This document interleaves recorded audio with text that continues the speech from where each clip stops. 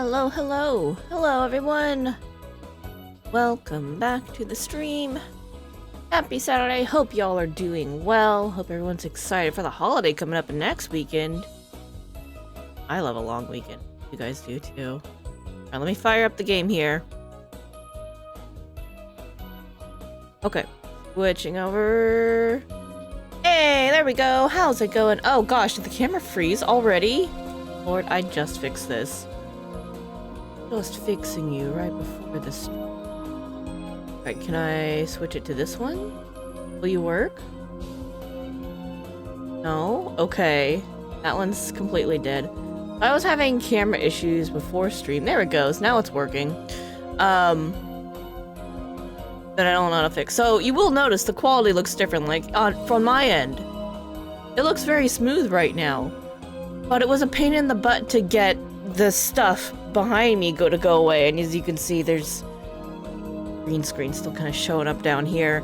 And then also just past the green screen, it doesn't cut out the... This works purely off chroma key. It doesn't cut out anything else. So even just like down more and more that way is very problematic. Yeah, it's because the regular program I use for the camera decided I don't want to load up in OBS today, and I was just like, I don't know how to fix this. So I went with the default software that the camera came with, and you know, the quality looks very nice. I'm very happy with that, but again, it doesn't do the auto cut out your background for you, the auto transparency, so that's a little bit of a thing. I may have to change up my setup a little bit to cooperate with this if we make this camera program our regular thing. I'm gonna need a bigger green screen to like cut out all the crap going on behind me. Anyway, enough about that. Welcome back to the stream, everybody! I should probably put the game up behind me. There you go. Wonderful, wonderful. Welcome back, y'all. Hope y'all are doing well. Had a great weekend so far. Hope people are enjoying Pokemon Scarlet and Violet. I'm gonna play the rest of that off stream, I think. Just because there's a lot that I need to stream right now, and I don't want to like keep adding to that plate. Time's a thing. So yeah. Anyway, back to this. Ace Attorney, Spirit of Justice. We are on case 4. We're starting up case 4 today. It's gonna be great. It's gonna be grand. Hope. Hey, welcome back, 21 Snakes. You've been looking forward to this all week. Awesome, awesome. The preview that we got last time. Some poor old man just trying to eat his noodles got murdered. Rude. Why would you go around murdering a poor old man just trying to enjoy some noodles? Very hurtful. Case is so good. Awesome. I am excited. And then my other question so far for this entire game is based on just kind of what happened last week. Why do people keep going around blowing up courtrooms? Come on. Poor courtroom didn't deserve that. So rude. Anyway. Let's go in, shall we? Let's get started.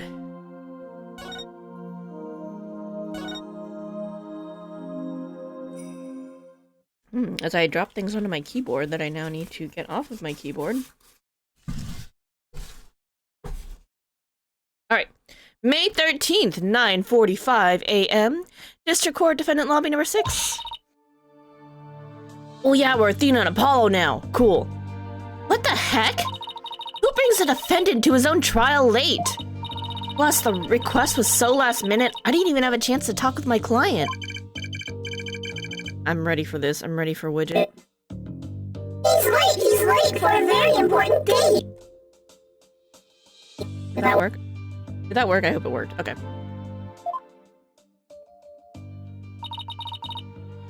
Oh, I need to move myself over a little bit more, actually. Or just move the chair. Yep, moving the chair is good. My name is Athena Sykes. Armed with analytical psychology and a full arsenal of legal know-how, I'm a fully competent defender of the Wright Anything Agency. Though I wish my client would show up already, the trial's about to start.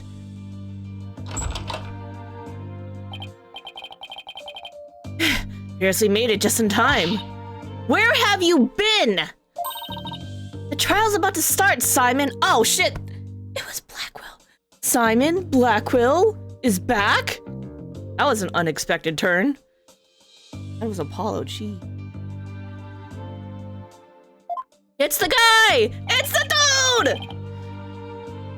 Crap, what was his voice? Shit. Ah, I remember. Needn't get so worked up, Athena. Baldness can wait. There's no way he'd wait for me! Besides, why would I want to start off on the wrong foot with him right out of the gate? You're British. I don't know. Dealing with such matters is part of being a lawyer, if I'm not mistaken. Yeah, well, covering for your lateness is not. Still but a rank amateur, I see. This is Simon Blackwell, who is a prosecutor, so this is a little weird. Might not look it, but he's actually a prosecutor and a psychology specialist. He and I go way back. As for our shared specialization in psychology, we're both disciples of the same person, so to speak. But he's kind of my senior, I guess. A twisted sense of humor or no, I wish he'd stop treating me like a child all the time. So, where are Wright Dono and Justice Dono? Mr. Wright is abroad, and Apollo is helping Trucy with her magic show. Oh no. Oh no, poor Apollo.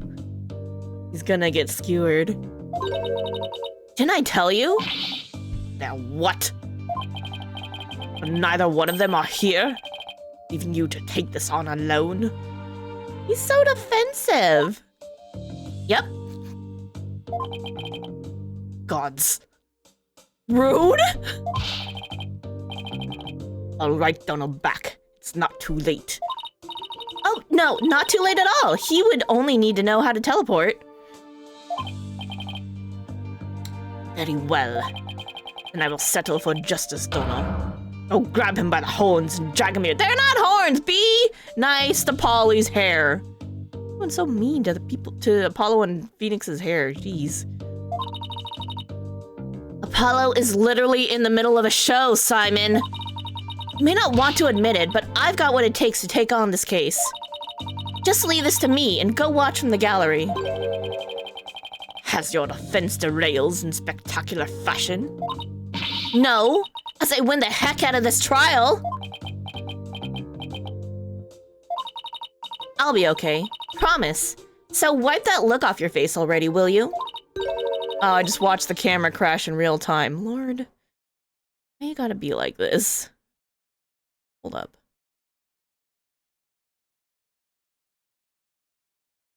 We're trying to fix it.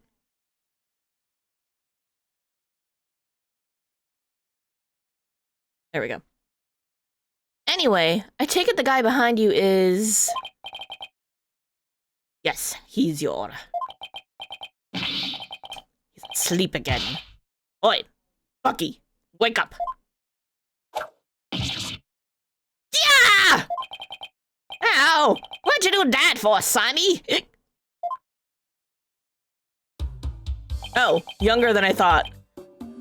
Alright, hold on, let me rethink this. Who's Desi, your yellow chickadee? She is your lawyer, such as it were. I'd say she's more green than yellow, however. Lawyer? She sure doesn't look like it, does she? Is she like your fellow apprentice or something? Something like that. I've known her for longer than I've known you, but say we're bound to one another. Okay. Well then, guess I better call her Miss Chickadee then. Bruh! Dude, he's got a lot of bentos. Simon, this guy's not only rude, but he's 3 sheets to the wind at his own trial.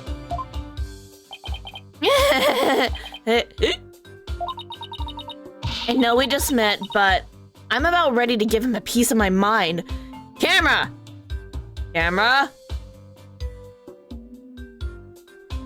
I wish there was a way I could just instantly refresh this.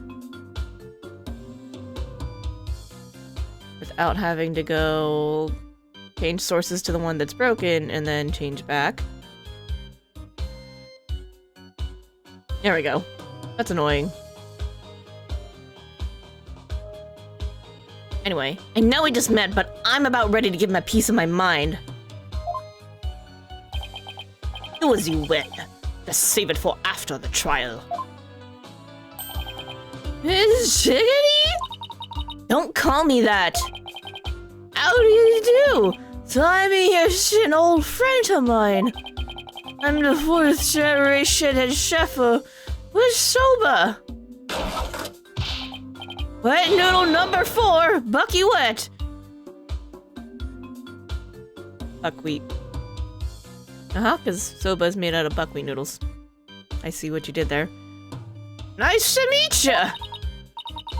It's nice to meet you too, Mr. Wet. So he can pull himself together when he wants to.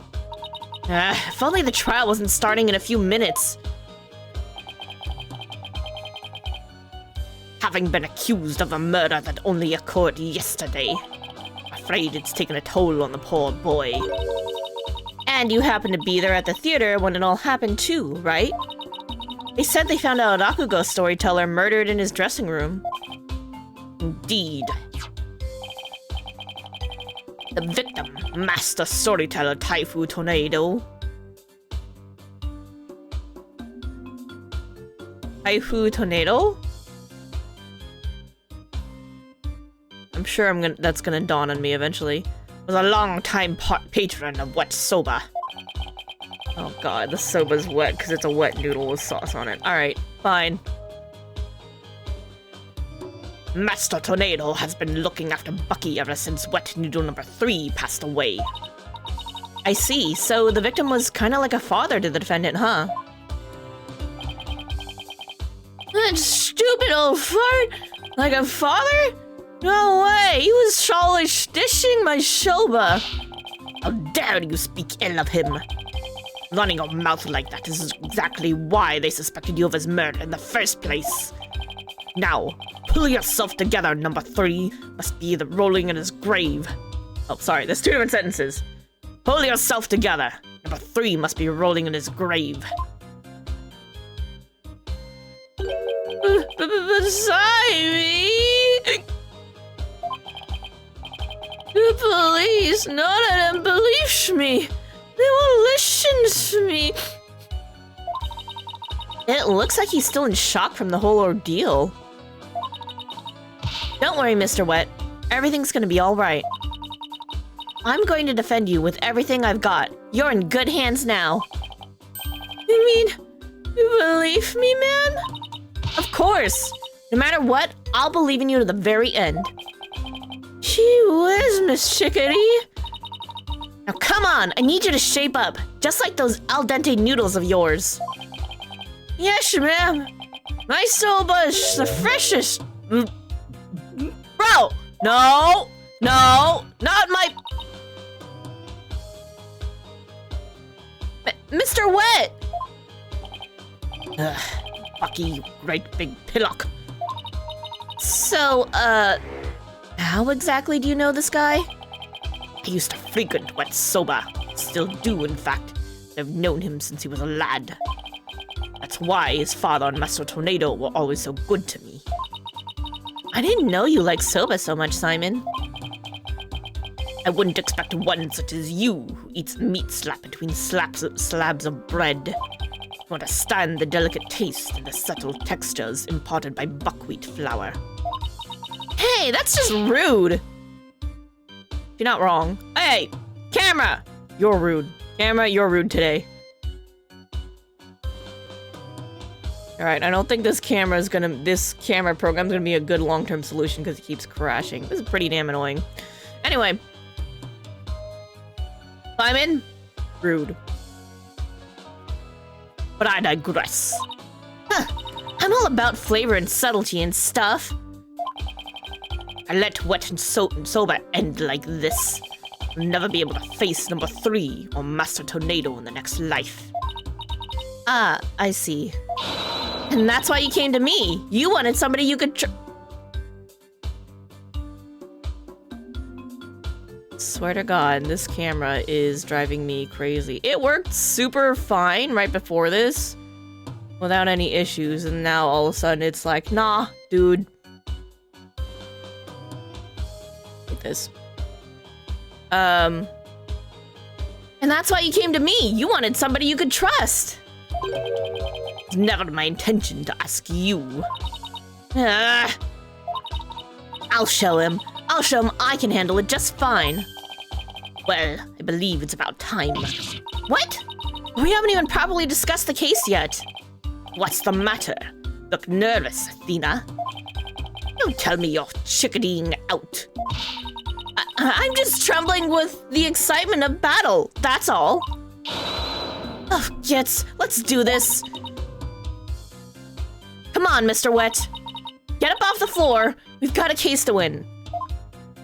Apologies to whatever janitor has to clean that mess up. Our bad. Yes, Miss Chickadee. I'm gonna do my best. Wet soba, wet soba, wet soba, wet soba, wet soba. What that said. Yo, 2 bowls of noodles? Sorry, sir, no can do. I'm busy at the courthouse. Huh? They hung up.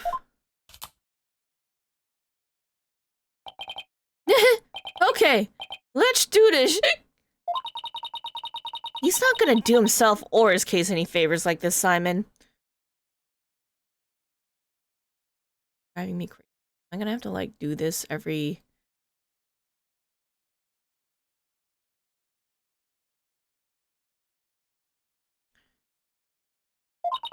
Maybe we should let him go get some rest somewhere.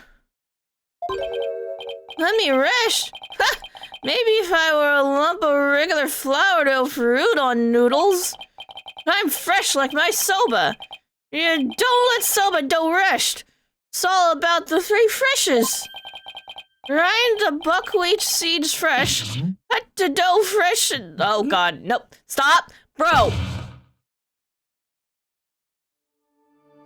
Drive me nuts.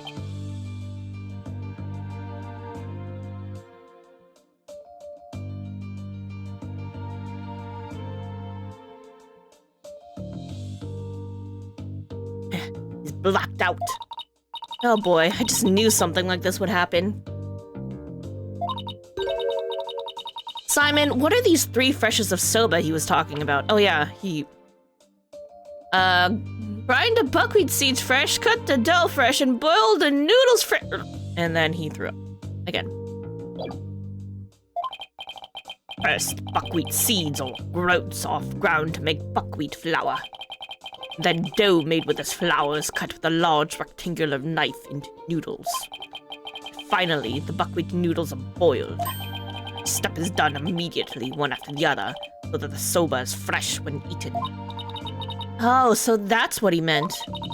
I wouldn't want him to make me any soba right now, though, that's for sure. Ina, this is no time for idle chatter. Need to get into the courtroom now. Yeah, we just got some free noodle lessons. There you go, guys.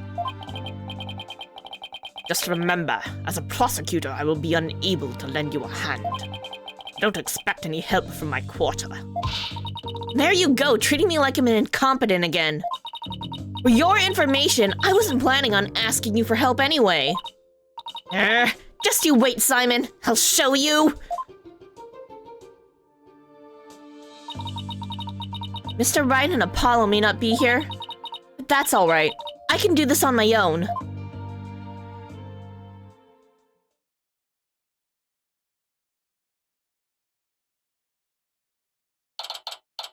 May 13th, 9:50 a.m., District Court, Courtroom number 4. Day 1, court is now in session. All rise. For Honorable Judge. Court is now in session for the trial of Bucky Wet. The defense is ready, Your Honor.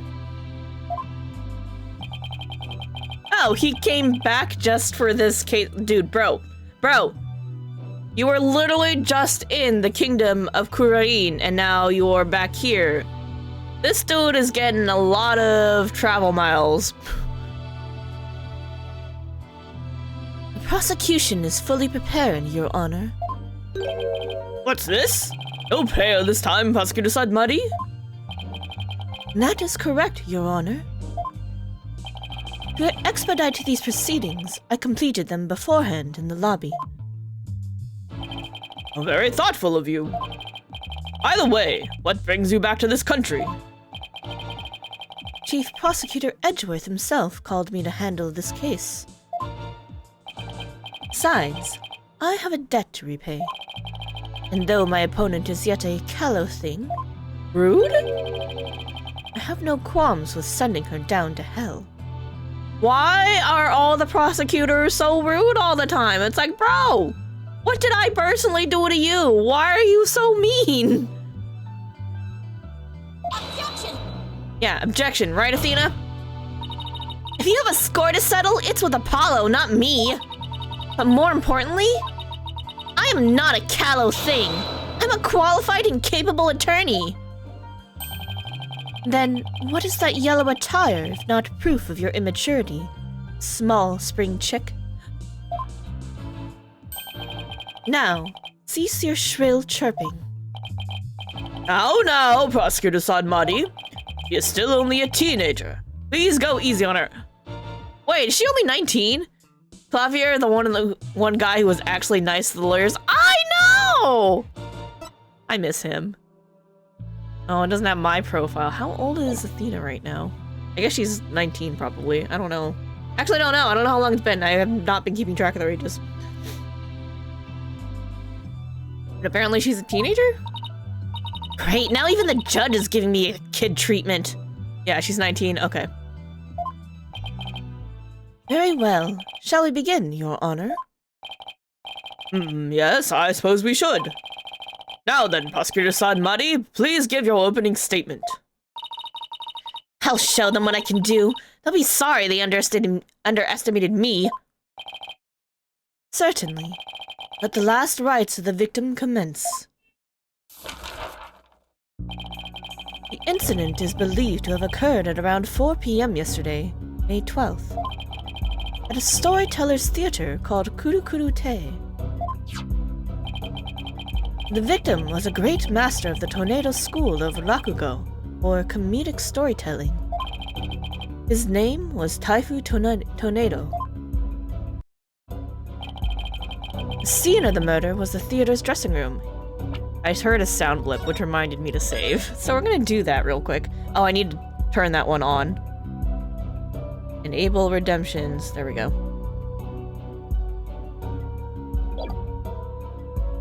The scene of the murder was the theater's dressing room. It is accessible via the staff entrance hallway and has an inner and outer sliding door. Okay.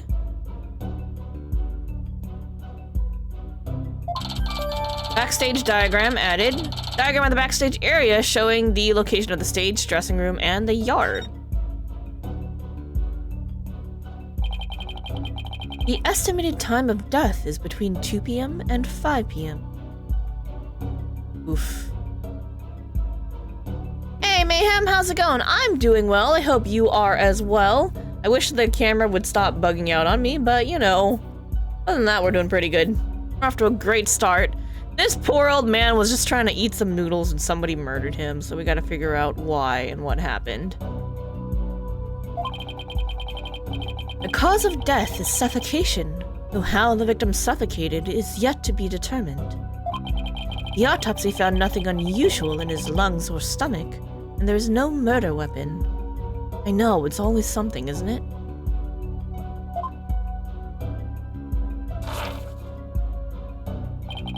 I will now submit the incident report to the court.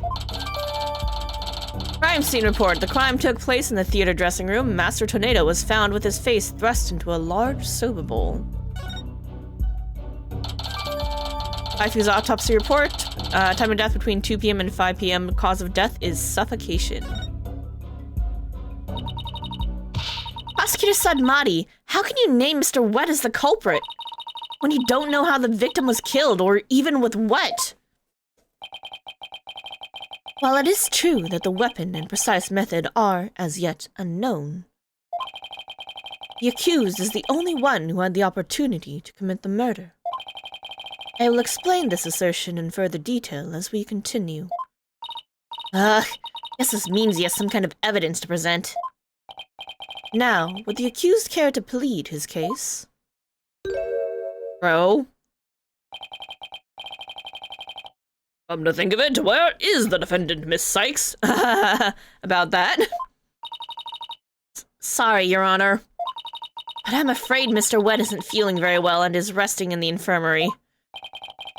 Surely it is the lack of a clear conscience that impedes him from facing this court. Great, starting off on the wrong foot already. Mr. Wet is the head chef of a soba shop frequented by the victim. On the day of the incident, Mr. Wet went to the theater at the victim's request. Taifu Tornado was a connoisseur of soba, as you can see in these photographs. He was apparently making soba himself in his dressing room that very day. Oh! There is a kit to make things here. Okay. The soba found at the scene is likely the soba he himself made there. Making soba's one thing, but making it in a theater dressing room is a bit much, no? Master Tornado truly had a passion for soba, didn't he? For a man like that to be murdered by a soba chef is simply unthinkable. Fun fact, the butterfly in some of Nayuta's sprites is different depending on whether the trial's in Korean or Japanifornia. Neat! That's really cool! I like that. And yet, the accused had an ample motive. For in the victim's safe, we discovered the deed to the accused's shop. Mr. Wet was to inherit Wet Soba when he lost his father recently. However, I believe the victim stole the shop's deed during the transfer process. Interesting. Prosecution believes the accused killed the victim in order to get the deed back. And I just watched the camera crash again.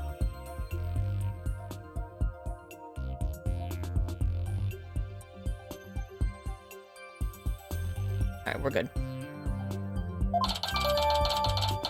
Alright, what soba deed found in the victim's possession? It's the deed for the soba shop. The deed holder is Bucky Wet. A murder over the deed to a shop. That does sound like a plausible motive. So that's what this case is about. Wish Simon had filled me in a little better. Could have contributed more than just 1,000 buckets of cold sweat if he had. Defense. From your demeanor, I gather you know very little about the details of this case. Well, you see... Simon set us up for awkward situations. You are dishonoring the soul of the victim by appearing in the courtroom unprepared. Look! We just... Hold on. Crashed again. We just found out about this! He literally was just like... Simon was like, hey, I need your help. Come help save my buddy. And we were like, sure. I'm the only one available, though, and he wouldn't tell us shit, so... Here we are. At least somebody's defending him.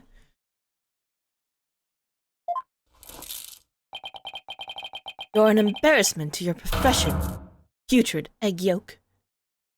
Damn. Eek! I'm sorry. I was a red pepper and now I'm an egg yolk? Only just started and I've already been demoted from spring chick. I am ready to call my witness, Your Honor.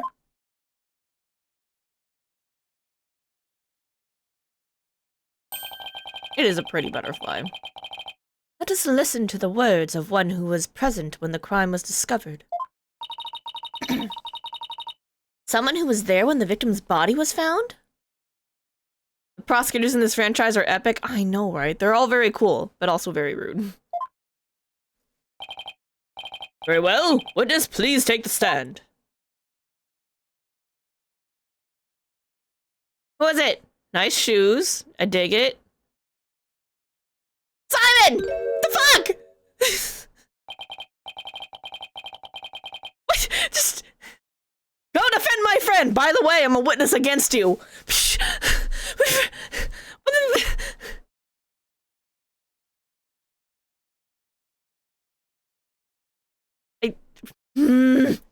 Blackwell! Witness, please state your name and occupation. Simon Blackwell, prosecutor. Prosecutor Blackwell? You didn't tell me you were going to take the stand? Simply wasn't time. One sentence! One sentence. Hey, Athena, I'm gonna take the stand as a witness. Literally, could have told me at any time.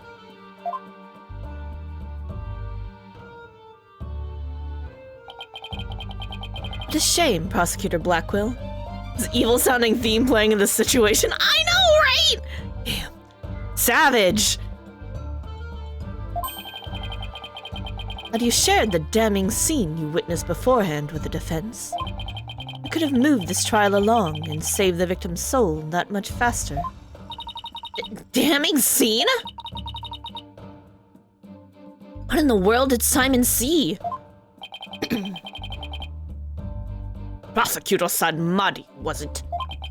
Before I give my testimony, there's something I'd like to confirm. By all means. This case involves rakugo, a very traditional form of Japanese comedic storytelling. I have enough knowledge of this art to handle the case competently. Are you implying that I'm not qualified for this case? Get him, Blackwell. You show him! Even though you set me up, jerk, but you show him! Hey, Dr. Lupin, how's it going? Not yet. I'm simply trying to ascertain your familiarity with the topic. Now. It is a prosecutor's duty to learn the background of any case he takes on. I did some research on rakugo last night. I've grasped the overall idea of it. Huh. How much could you possibly grasp in a single night?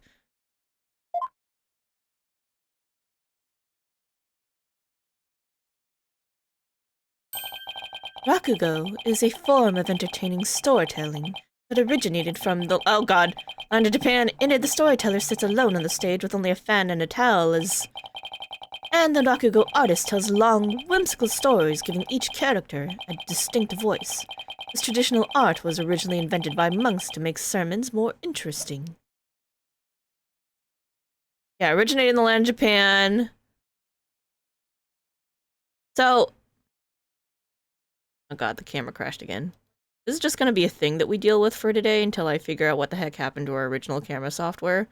Because that one did crash sometimes, but, you know, not this often. Anyway, so what I'm seeing here in this description, if I had a fan and a towel, this would be... It crashed again. It crashed again. I'm trying to... Let me do my thing. Let me do my goof.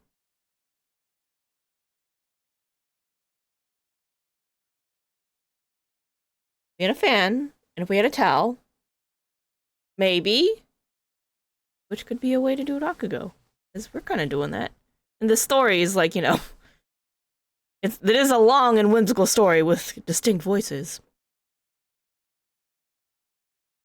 Just saying.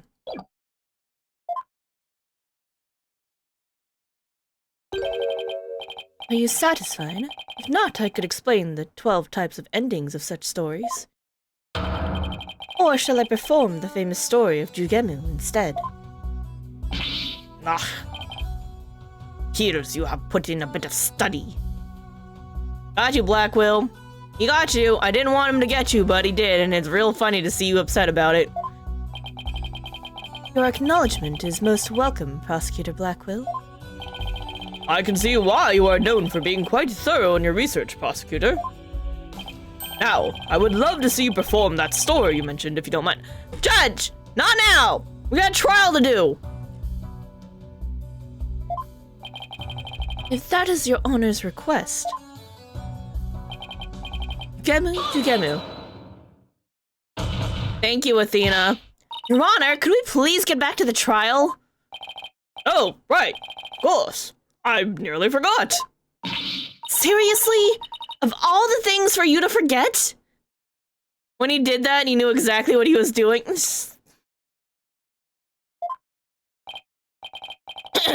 Now then, back to the case. Prosecutor Blackwell, please tell this court what you witnessed. Props to Capcom for being in the know. I know, right? They're really good about this. They know what they're doing. What Simon saw. I went to the theater yesterday and arrived at approximately 4 p.m. Went straight to Master Tornado's dressing room to say hello. Bucky went into the dressing room thereafter, only to come storming out a while later. Master Tornado's junior disciple, Wendell apparently then entered the room soon after. That's when Wendell discovered Master Tornado's body. Well, that's awkward. Now wait just a minute here, Prosecutor Blackwell. With testimony like that? You're practically accusing Mr. Wood of the crime. All I can do is state what I saw. Can't help how it appears. But a qualified and capable attorney such as you would be able to dispatch with it, right? Well, yeah, duh! Alright. I guess I'd better start by getting all the info out of him that I can. Cross-examination time! Alright, we should save, though. Saving. Alright, he went there at about 4 p.m. Prosecutor Blackwell, what did you go to the theater for in the first place? I went because I'd received an invitation from Master Tornado. Here, see for yourself. It was a special show commemorating his junior disciple Wendo's promotion. It was also an occasion to announce the boy's succession to the stage name of Wendo II. So what exactly does it mean to succeed to a stage name? Really don't know, do you? The performing arts or name succession is when an artist inherits a predecessor's name. I see. So there was another Wendo Rakugo artist before, and this disciple succeeded him, huh? And what exactly did your invitation say? It contained a simple letter of salutations, an outline of the show's program. Oh, it appears Taifu Tornado was going to perform Togisoba, or Time Soba. It's famous for his masterful pantomime of eating soba using only his fan as a prop. And Wendo was to perform Soba Sei, or Soba Glutton. Soba-themed show, I see. Seems you know a thing or two about Rakugo yourself, your baldness. First to perform was the senior disciple Geiru, followed by Wendo. Lastly, Master Tornado.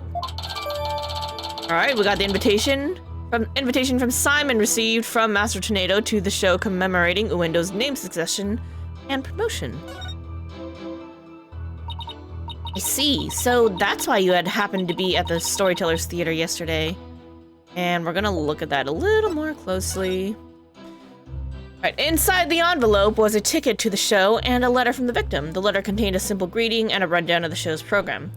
Geiru was to perform her balloon act, then Uendo was to do his Soba Glutton routine, and finally Master Tornado was to perform his Time Soba routine.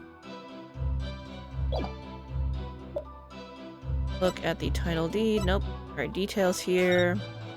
Nothing was found in his lungs.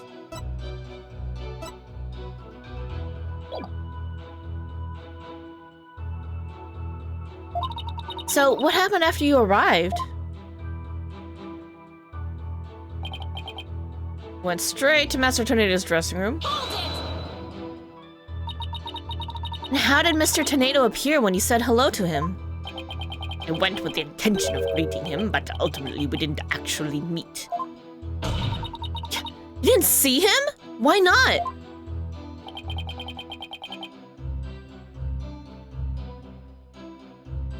Fix the camera. Jade escorted me to the dressing room, but we heard the sound of Rakugo being performed from within.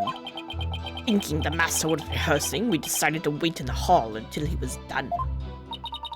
Heard Rakugo being performed in the dressing room? Yes, not just me, but Geiru as well. In other words, you can confirm that the victim was still alive at around 4 p.m.? What if TV? Although the TV is currently unplugged. No, or, you know... Yeah, TV's not plugged in now, but, you know, it could have been earlier.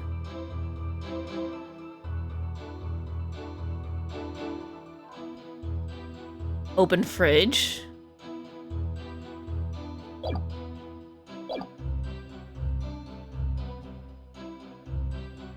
Camera, I swear to God, is driving me nuts. Don't have a choice today, though. Correct. Couldn't hear him clearly through the doors, but I'm sure it was Master Tornado. I could tell because it was the time sober routine being performed in there. Bro, I literally just fixed you. You can't crash again. That's illegal.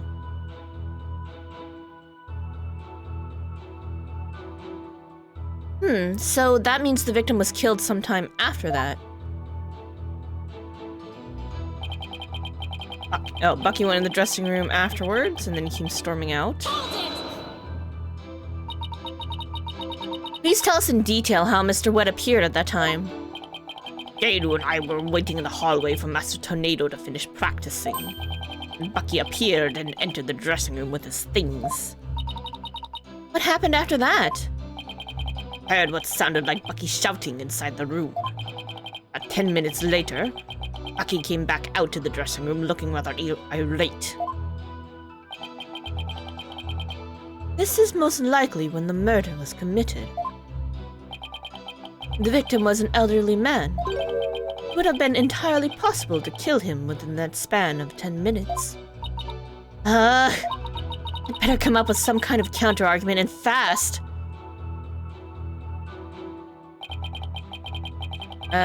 Wendell appeared and entered the room also. Okay.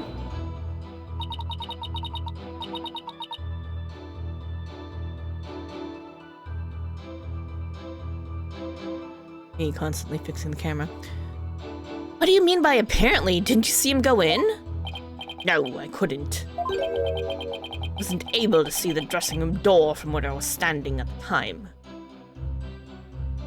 Oh, okay. And Geiru was right in front of it, so I'm sure she saw it all. I see. And why do you suppose Wendell went to the dressing room anyway? He had just finished his routine, so he was making a courtesy call.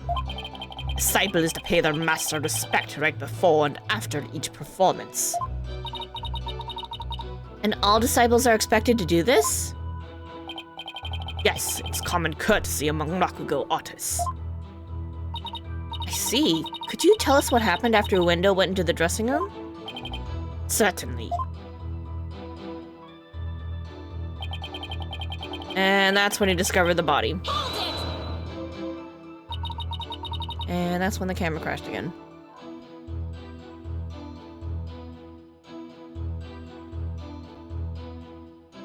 And how did Uendo act at the time?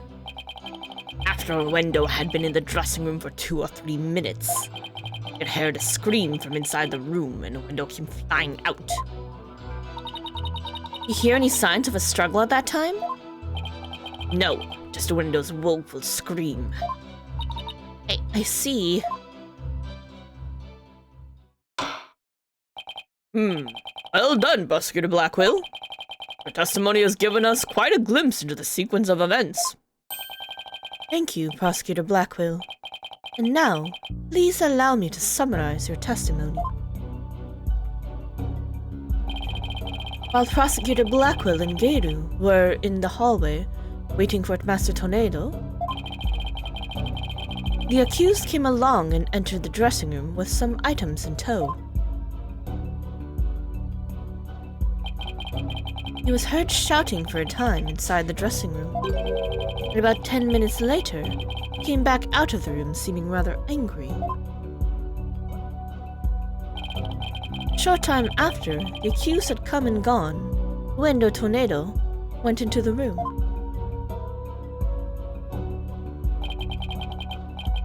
A few minutes later, after having discovered the victim's body, Wendo gave a scream and came running out into the hallway from within. Prosecutor Blackwood and Geiru then ran into the room and saw the body from the cells.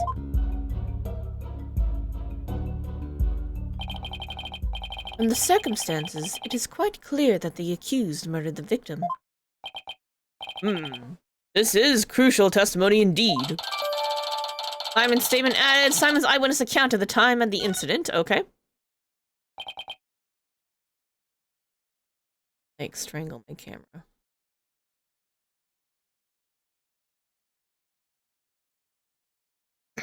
Defense. An eyewitness has given conclusive testimony. Why not let it all go now and allow the victim his last rites? Not on your life! If Wendo went to the dressing room too and was the first to discover the body, and who's to say he didn't commit the crime?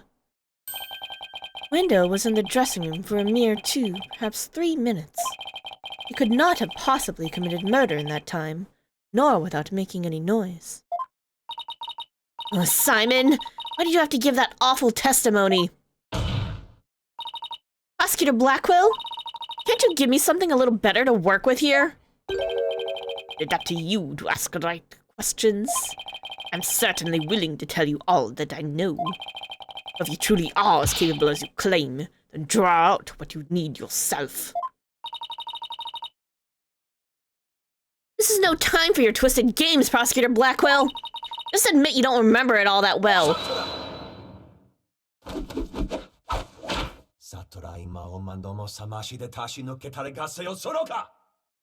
Huh? Yeah, he's actually right. Prosecutor Blackwell, watching you collude with the defense like this, I see that you are no prosecutor. Hey, he didn't do shit! It's actually our fault this time. And it crashes. I get to, like, watch the camera be a jerk to me all day long. Okay. Be gone, witness. You shall haunt the sacred hall no more. Yeah, so, quick rundown for those who weren't here at the very beginning of the stream. The usual program I use for the camera, for whatever reason, won't talk to OBS. Like, it works fine on its own, but it won't boot up in OBS. So that's really weird. So I'm trying the default programming that came with this specific camera, the software for it. And it worked perfectly fine before stream, other than I had to do some things and then flip some stuff because it shows too much of the room, like it's too zoomed out, and it won't filter it out, so. But yeah, I mean, the quality on it is really nice, but now, after I started stream, it was like, I'm gonna crash constantly, and it's driving me nuts. Yeah, there's something up with the camera somehow just not behaving. I don't know, but we just have to deal with it for today, and then I'll figure it out later. It seemed like it was going to be fine to use this different software before I started the stream. There was no issues than the ones that I've already fixed, but here we are. Be gone, witness. You shall haunt the sacred hall no more. Dare you treat me like some evil spirit to be exorcised. Remember this, you blackguard. You blackguard.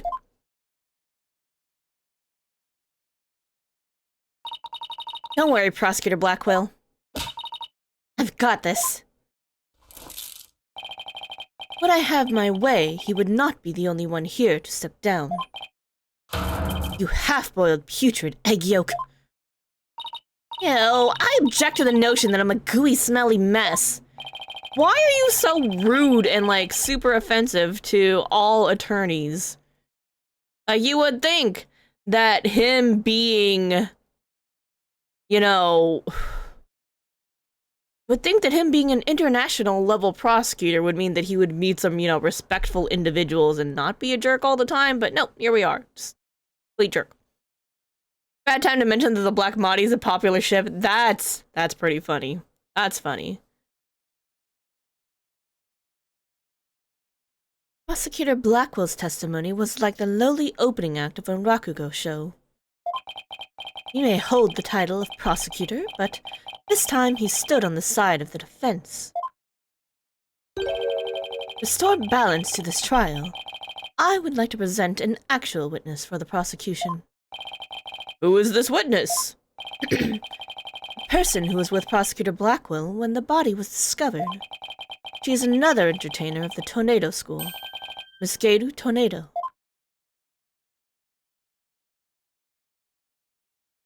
Nice shoes.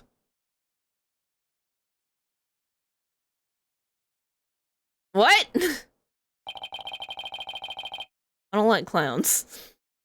Please state your name and occupation, witness. I have not seen any memes.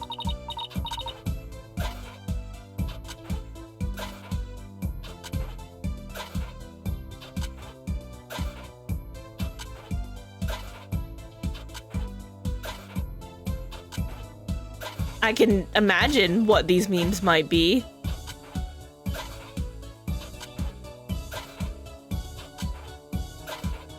Hello, everyone. I'm here to represent the Tornado School with a twisty twist twist. I hate this.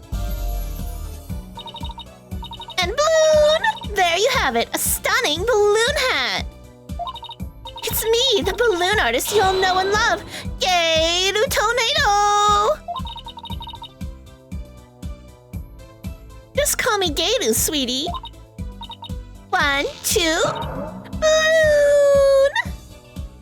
This is exactly Dr. Lupin's type of character. What a way to capture your audience's attention! I dare say I can't take my eyes off those balloons. Judge? Can we talk about which balloons you're referring to?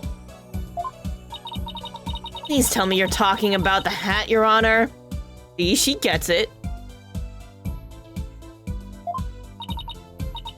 Oh, Mr. Judgy, I'm so glad you liked my performance. Would you consider joining my fan club? Pretty please. Oh, absolutely, Judge! And please save your fanboying for after the trial, Your Honor. Anyway, Geiru, I can't help but notice you seem awfully cheerful for having just lost your master. You hate her so much, yeah, I don't like this. Of course I'm sad. But Shisho would scold me if I didn't put on a big smile. Never show sadness. Smile, smile, smile. With a twisty twist twist. I hate this. And balloon! There you have it. One gorgeous cake. Why does it look like it have eyeballs? This makes me uncomfortable. I don't like this. Need an adult. Need an adult. Help. I see. I guess an entertainer's gotta do what an entertainer's gotta do. Her balloon art's worse than a Rorschach test. All I saw were severed monster's head. Thank you, Athena. She saw the eyeballs! Disturbing. Geiru, you're obviously a balloon artist, so how did you come to be a member of a Rakugo school? Cannot unsee eyeballs. Nope. I don't see a cake, I only see eyeballs.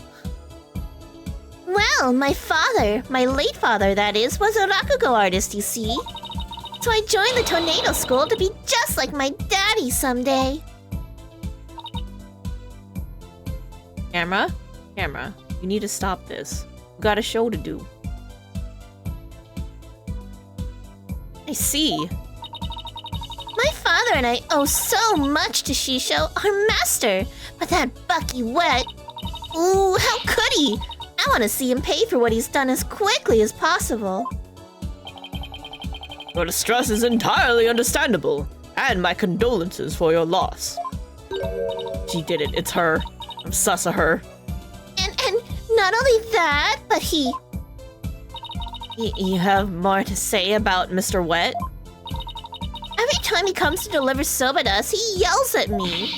He always tells me to get away. Is there any reason why he would say such a thing to you? Like, are you invading his personal space and you don't know or understand personal boundaries and not to touch people? Because that would piss me off and I would tell you to go away. He says the smell of my perfume will get into his soba and ruin it. Also fair. As someone who used to work in a kitchen and understands food, I would also say, get the hell away from my food. You're gonna put your stupid perfume into it. Yeah, and she's a clown. Don't like that. Like, how can he say that? This is a great scent. Very rude of him. I don't blame you for being upset.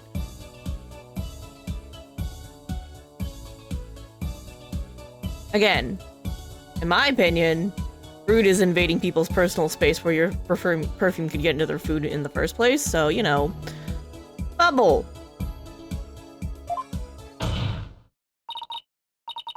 Working with bread dough would definitely be a problem with heavy scents. Yeah, when I worked in a bakery, one of the main rules was no perfume or colognes or body sprays or anything of the sort, because that will get into the food.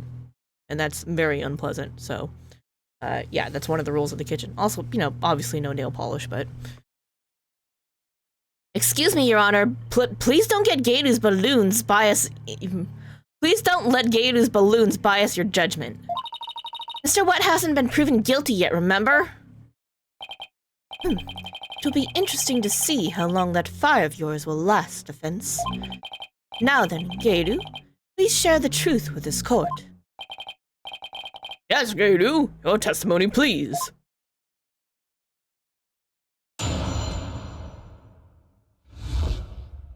Before the murder was discovered. From 4 p.m. to a little after 4:20 p.m. when Shisho's body was found, Simon and I were just standing in the hallway in front of the dressing room. Before Uendo discovered the body, the only person who had gone in there was Bucky. Then how did Uendo get in there in the first place? Come to think of it, a little while before Bucky showed up, Jugemu was barking like mad. Is Jugemu the pupper? Prosecutor Blackwell, do you have any objections to this witness's testimony? I like how he's just there. No. Make up your bloody mind, sad monk, said Muddy. First you exorcise me, now this. He probably is covering up poor personal hygiene. Yo, fair. People who wear excessive amounts of perfume usually have that issue. You need only do as you are instructed by this humble servant to the Holy Mother. As there are no objections, Your Honor, let us move on to the salvation of those victims' souls. Hey! I'm the defense attorney here, Prosecutor Sadmati! And I just might have an objection or two once I actually cross-examine the witness. So what are you asking Prosecutor Blackwell for? I'm the one you should be checking with! There's a passage in the sacred scriptures of Kurainism.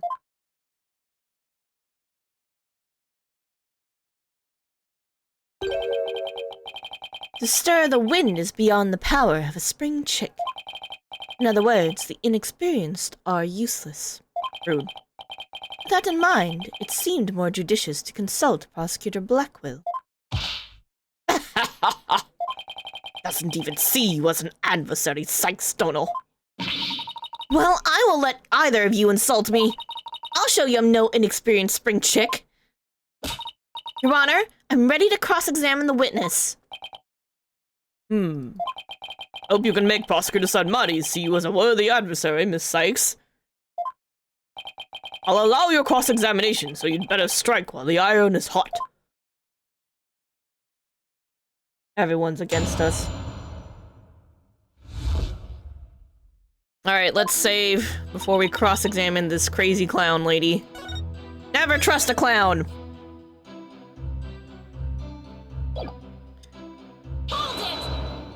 Talking about time. So the murder must have happened sometime in those 20 minutes, correct?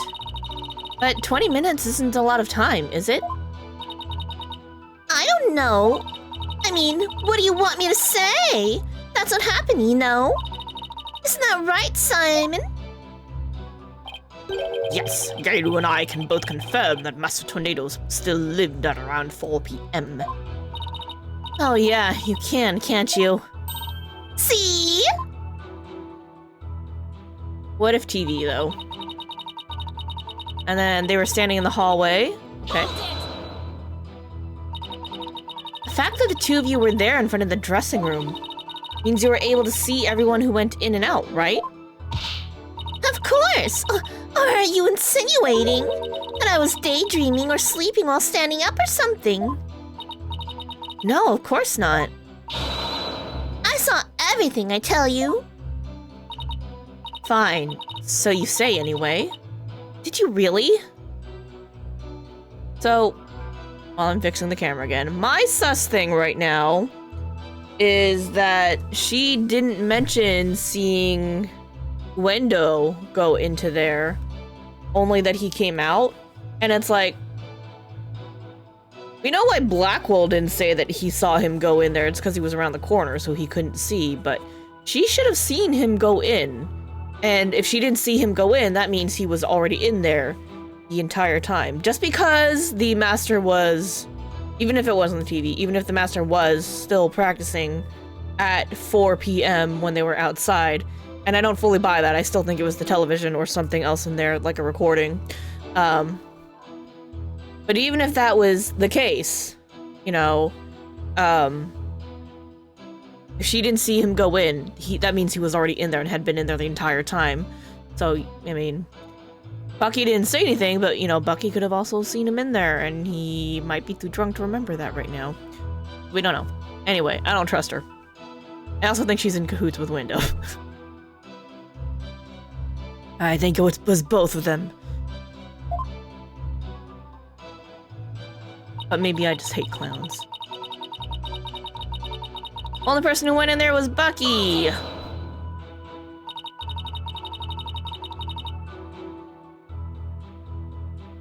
Only the defendant Wendo entered around the time of the murder?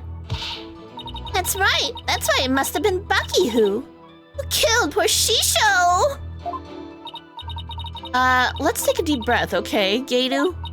So, not a single other person set foot into the dressing room during that time? I already told you over and over, didn't I? There was nobody else. I must apologize on the lawyer's behalf.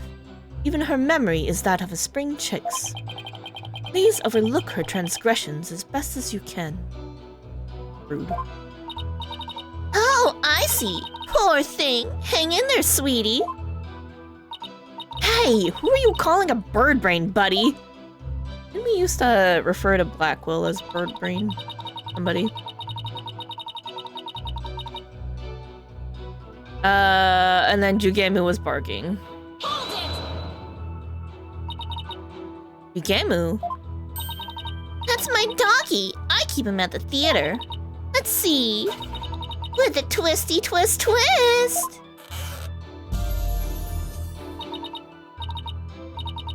That is disturbing. I don't like it. Oh my god. See that? Oh, creepy. Ah. And balloon! There you have it, my cute little Jugemu. He's kinda creepy looking. Thank you, Athena. Thank you, Athena.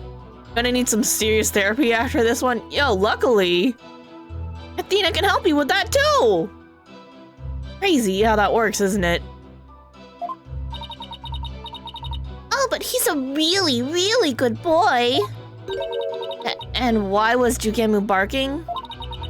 You think it's because he saw someone suspicious? If so, then we'd have a new suspect in this case. And why was he barking again? Oh, I remember, because it was time for me to feed him. So I went into his yard and gave him some food. Didn't somebody have slipped into the dressing room while you were doing that? Nope, the door out into the yard was wide open. I would have seen if anybody went into the dressing room. Prosecutor Blackwell, come down to the stand for a sec, please. How many times must I do this? You saw what Gadu was talking about, right? So why didn't you mention it before? Can't be expected to remember every minute detail.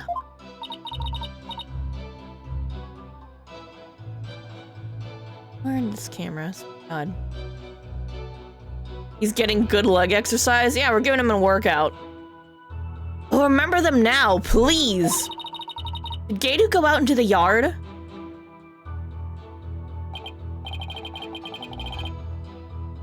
Oh, it's Gadu time. Dr. Lupin, are you okay? You won't be needing to take a break, will you? Nice. Yes, I remember now that she went to feed to Gemu. That's a cute pupper. And I saw her looking toward the dressing room quite frequently as well. What reason would she have to do that if she wasn't up to something and needed to be sure that she could see the dressing room door at all times? That's fucking weird.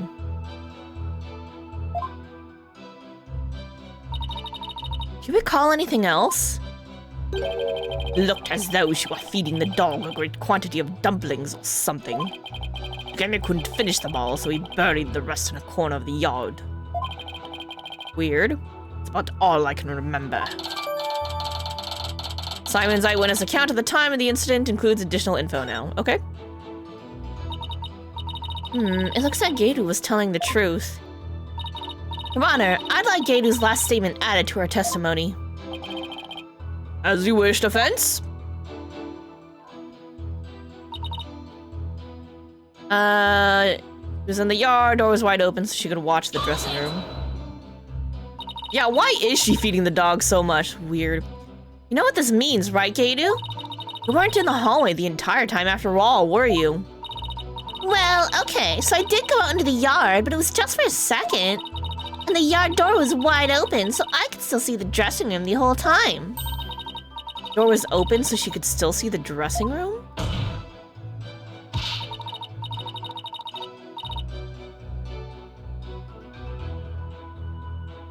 This is gonna be the same conversation. Prosecutor Blackwell, I need to just take the stand again, please. What am I, your lady-in-waiting? You remember anything about the time Gadu was in the yard? Simply that Gemu buried the food he couldn't finish in a corner in the yard. That's about all I can remember. Thank you. Didn't really need to hear about the dog again, though. When I finished feeding Jugemu, I returned to the hallway. And then I saw Bucky go into the dressing room. No question about it. Okay, so around the time of the murder, Gadu and Simon were hanging out just outside the dressing room. Guess I'm gonna have to find a flaw in there somehow if I want to get anywhere. Alright, let's look at the map.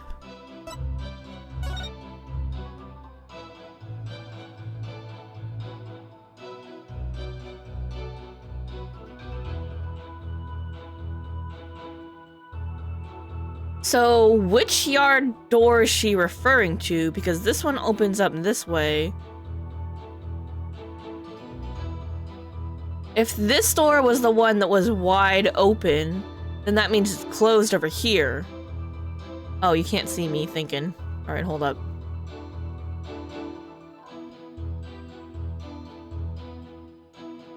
Alright, so this swings like this. So if it's open from the yard side, that means it's closed here.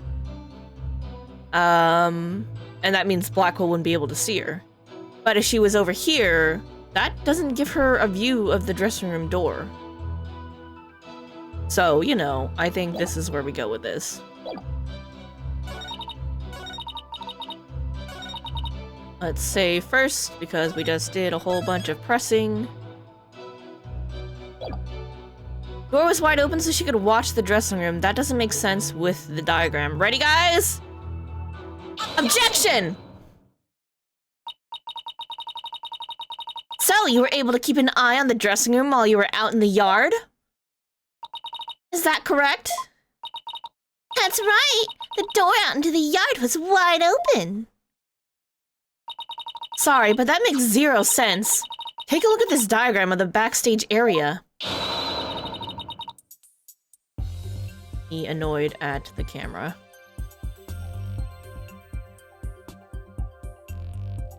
There is a clear contradiction between this diagram and the witness's testimony. Oh?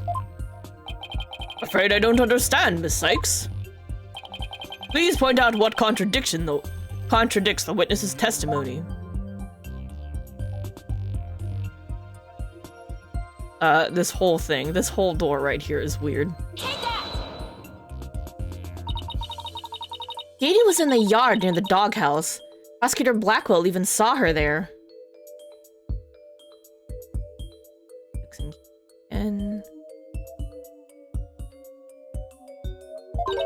And while she was out there, the door to the yard had been left open. Ah, I see. Yes, if the door to the yard was wide open, as Gadu said, it would have blocked her view, making it impossible for her to see the dressing room. What? No way! But even if there were, admittedly, a few moments Gadu was not keeping watch, how much would that really affect this case? A lot?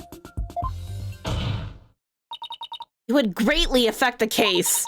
From this spot Prosecutor Blackwell stood, he couldn't see the dressing room door either.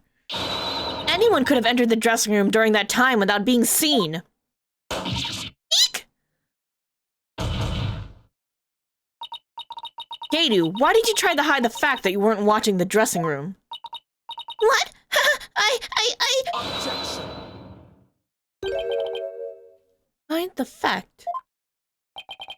You speak as though you think she had something to do with the murder. Oh, I do. Rather than deliberate deception, it is more likely a simple oversight, right, witness? Well, Sorry, I'm pouring tea.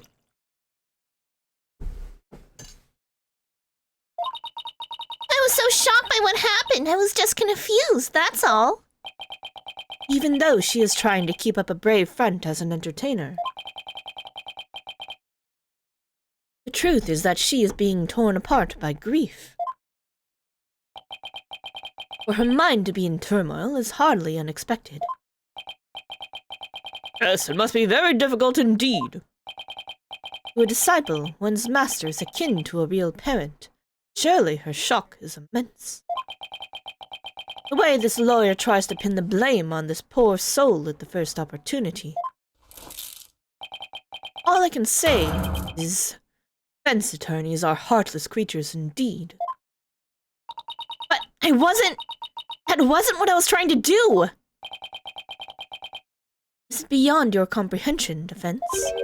Your unskilled argument is scaring this witness even further. Oh, scarring this witness even further. And if we asked the people of this courtroom, I am sure they would agree. What? The gallery doesn't get a say in this! Are you afraid to find out that they think ill of you? Or that perhaps you are in the wrong? Listen to them now, with that keen sense of hearing you are so proud of. You are a jerk. He's right, that was harsh. She didn't have to go that far. I feel kind of sorry for the witness, and why is the lawyer's outfit so yellow? Has nothing to do with this! Rude? No, I was just trying to find the truth. Guessing the knife Sadmati's an expert at that, yeah. Why's the whole gallery siding with Prosecutor Sadmati? People understand. But this camera does not. They know what is right and what is wrong. The lawyer's still in training, isn't she? Why is she all by herself? Hear the voices of the gallery and hear the voices of their hearts. It's so intense. I feel so alone up here fighting by myself.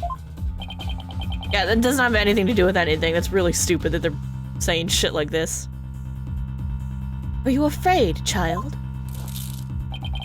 It is ludicrous to come to trial with such paltry preparation of the soul.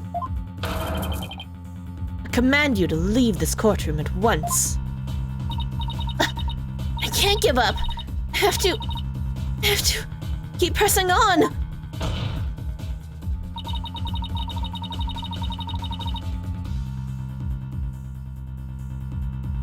As long as there was a moment when nobody was watching the dressing room door, the defendant can't be convicted solely on the prosecutor Blackwell and Gadu's testimonies.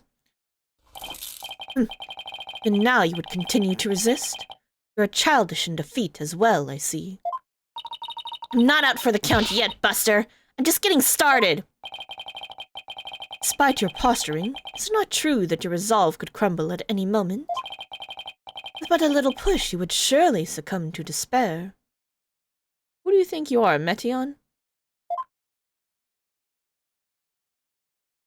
You ain't no end singer. A little push, such as with this piece of conclusive evidence. Conclusive evidence, huh? That is correct. We found a critical piece of evidence at the scene of the crime. The victim's dying message, which clearly implicates the accused, Bucky Wet. Why did we not lead with this? Why did we go through 2 witnesses before we brought this up instead of just being like, hey, look, conclusive evidence? Look at these Japanese playing cards, known as karuta, lined up on the table. These special English version karuta cards spell out a message. That message, wet number 4. Wet number 4? You mean wet noodle number 4? Yes, wet noodle number 4, as the 4th head chef of the wet soba is also known. This message points to none other than the accused, Bucky Wet. No! That makes perfect sense, doesn't it? Okay, but really weird. That's also really weird, you know? And what's-his-face was in there for 2 minutes, so he could have time to, like, move shit around. Wow, great job, Mr. Prosecutor. Oh no, this is really, really bad. What do I do? What do I do? Contains photos of the crime scene. Victim's dying message is clearly visible in them. But you still carry on your futile fight in the face of this irrefutable evidence. Can't say whatever you want. You can say whatever you want, but we can't.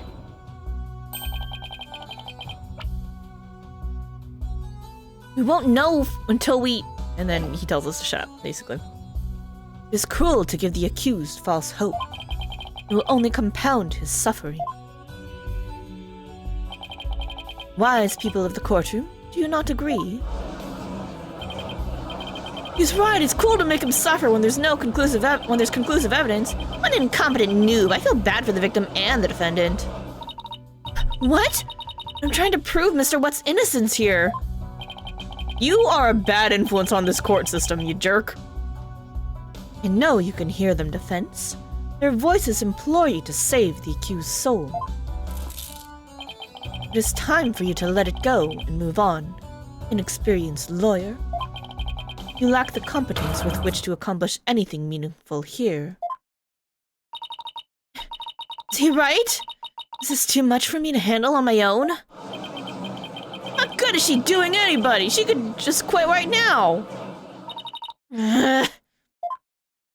Oh, poor Athena. So they can just present evidence whenever they want. I know, right? Now, defense, leave everything to this humble servant of the Holy Mother. Silence. Thanks, Blackwell.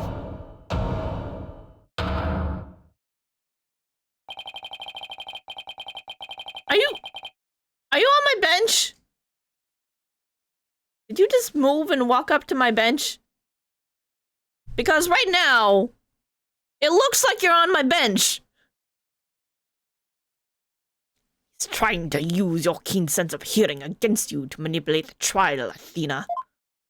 A cheap trick for a supposedly holy man. He's on my bench! to be here. I mean, I'm not against it.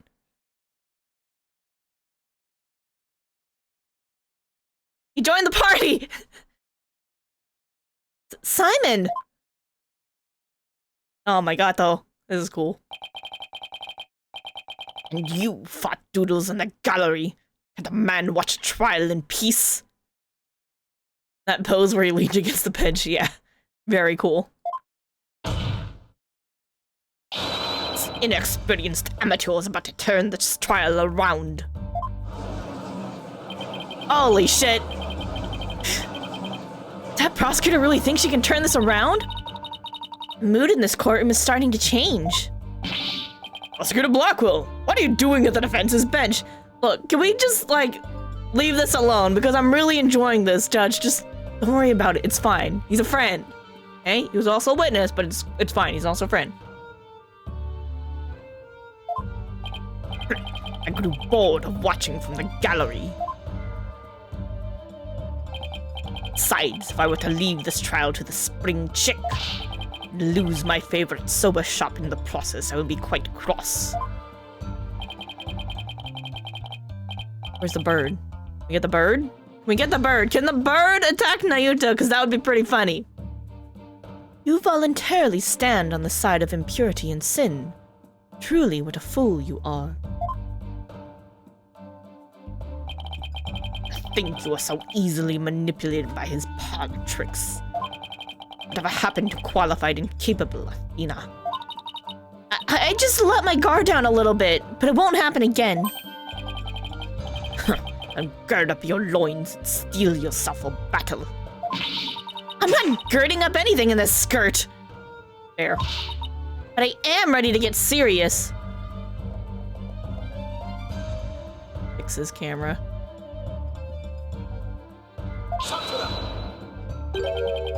It seems there is now yet another soul I must cast down into hell. I was in prison for a long time. Hell sounds no worse than cell, to be honest. Ah, but the fires of hell will not be the end of your suffering. For the sin you have just committed, you shall surely be reborn as a panda in your next life. I don't see what the problem with that is. A white and black reverse panda, that is. What's the issue with that? And you shall be put in a zoo to be exposed to public ridicule. Well, there is Hell in a Cell, but that's in wrestling. Yeah, that is a wrestling term that I have heard of before. A threat like that won't work on Prosecutor Blackwell. After all, he's already used to looking like a panda in this life. Was that helping? I'm not sure. Who are you calling a panda? Sorry. Definitely isn't, no. See that you are both prepared to face the fires of damnation. Keiru, thank you for your service. You may step down now. Okie dokie! Bye-bye, balloon!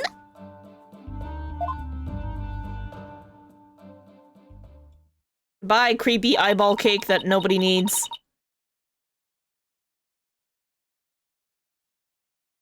I'm glad that Athena understands my concerns on a personal level. Does everything have to be about balloons with her? Now then. I have a witness prepared to testify about Karuta cards. Who is the witness this time? First to discover the body, and someone who witnessed the crime scene firsthand. Mr. Uendo Tornado. The time has come for that pony-tailed pair over there to finally let it all go and move on. Very well, let's bring in this witness then.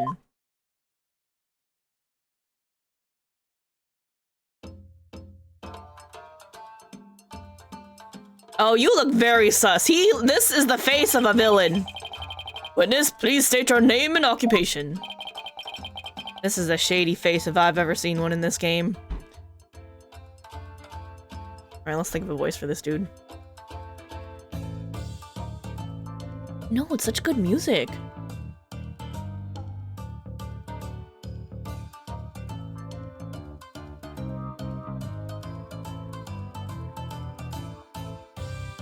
I am the Rakugo storyteller Uendo Tornado. Even if my performance isn't worth watching, I will certainly watch my words. I wouldn't want to say anything thoughtless and get arrested. After all, that'd be a Raku no-no! Thank you, everybody. Good night.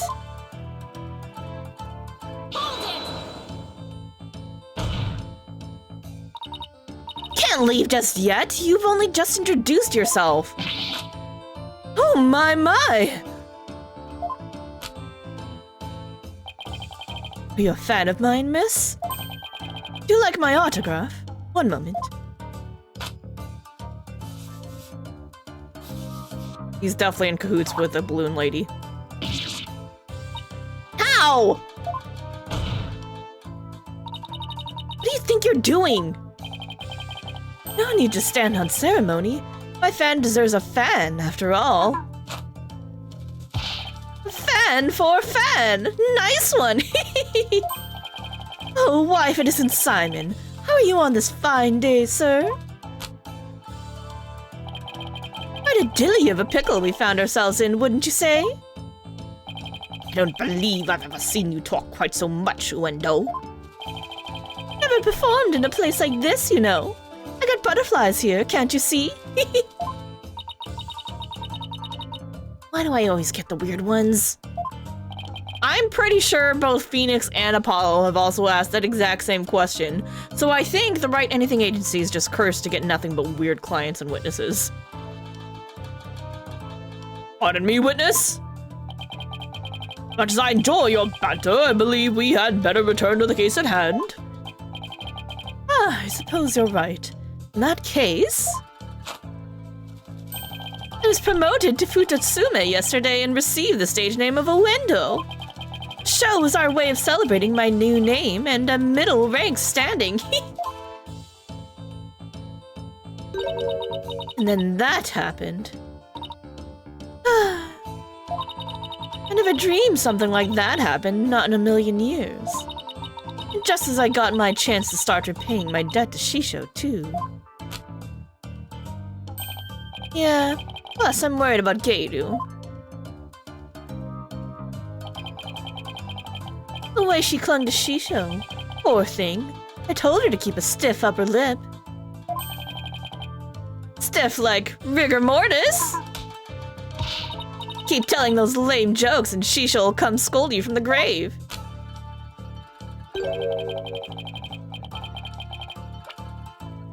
Yep, that was all still him. I wouldn't mind getting yelled at, you know, if it meant seeing him again. Uendo, please. As charming as your various characters are, this isn't a Rakugo stage. He's talking to himself, yep. Let us hear your testimony now, witness. Tell the court about the evidence left at the scene, the proof of the accused's guilt.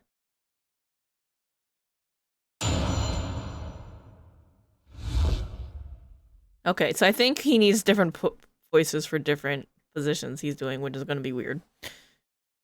His theme's gone? Very sad. Shisho's dying message. I noticed Shisho's dying message right away. Stiff cards were right there next to the stiff, you see. Hey now, enough with the silly puns already. Anyway, I got the meaning right away. I knew it must have been talking about Bucky. It was the Master's final message he left as he was drowning in soba broth. It's so like Shisho not to write Bucky's name outright. Plain and simple wasn't his style. Well, that was certainly a more entertaining testimony than usual. The variety of characters performed by the witness was absolutely splendid. Disrespectful? Yeah, a little bit. He shouldn't be performing any characters in the first place, Your Honor. Innuendo, the murder weapon hasn't been determined yet. So how can you say that the victim was drowned in soba broth? It's obvious. All you have to do is look at the crime scene. He was found with his face shoved in a bowl. only natural to assume he was drowned in the broth for the noodles. Except that we're not here to assume things, Wendo, so please stick to just the facts. My, it's so like a soba chef to kill someone this way, wouldn't you say? And with the cardigan message he left behind, it's clear Bucky Wet did it. Setting aside the issue of the murder weapon for now, that dying message certainly does seem to be irrefutable evidence. Indeed, it proves the absolute guilt of the accused. Even I've got to admit that I can't see how that message could mean anything else. Bucky used soba for the deed, all to get back at the soba shop. All to get back the soba shop deed. It looks like he's sitting on a bunch of cushions, but I also thought that was his pants, so I'm a little confused. Standing or sitting, my dude? His testimony makes Mr. Wet look super guilty. I have to do something. That's his conclusive evidence. What a farce. What do you mean, Simon? What's this? Thought you said you weren't planning on asking me for help. I did and I won't, thank you very much. Yo, he couldn't have drowned in the soba broth because they didn't find anything in his lungs. And if he drowned by... God damn it, camera. If he drowned by soba noodles, they would have found said broth in his lungs. So, because there was nothing found in his lungs, it was not that he suffocated from food. Simon must have found an inconsistency in the testimony. I'd better listen carefully and try to see what he found.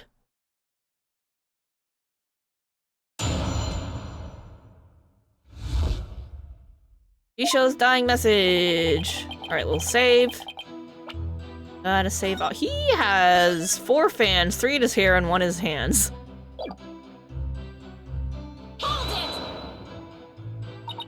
Wendo, when you saw the cards on the table, what made you think they were Master Tornado's dying message? Well, it was a coded message right there next to the body. Sure, anybody would have thought that they were there to name his killer. I love murder mysteries and often watch them on TV. Oh, I see. Saw a similar scene during a murder mystery marathon last Tuesday. That's what made me think this must be a dying message. Stiff cards were next to the stiff. Cards were on the table your master's body was slumped over, right? You must have been surprisingly calm to notice them at the time. As I said, the stiff cards were right there next to the stiff. They were hard to miss. But wouldn't it have been more natural to notice the victim rather than the cards? The message just caught my eye because the stiff cards were there next to the stiff. He's really trying to push that pun home. Yes, but that fact hardly seems significant enough to make a person take note of them. Stiff cards next to the stiff. So basically, there was no real reason for them to catch your eye, was there? You can say he's stiff-arming through this dialogue. Yep. He's so disappointed that Athena didn't laugh. That's funny. Laughing at his own pun. That's right, I need you to give your testimony, not perform a scene.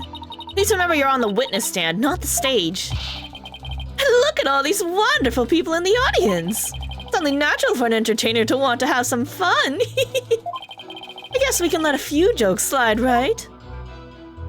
The inevitable bleeding of your work into other areas of your life. I know how that is.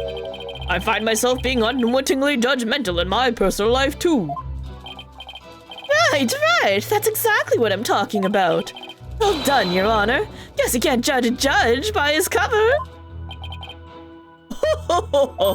I advise the defense not to be so critical of the witness. Can't play favorites! Yes, Your Honor. Much obliged.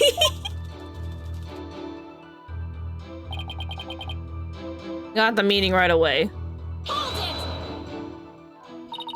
Cards do spell out wet number 4, which could be interpreted as wet noodle number 4, I guess. I suppose you took this to mean Bucky wet? There's only one wet noodle around here, and you've seen that giant 4 on his back. It's the only interpretation that makes sense. Yeah, I guess so. Oh, wait a minute. What is it? I like how the fans in his hair just went. That's pretty cool. What if there's another wet noodle in the area? No. We're stretching now. What? Did I say something strange?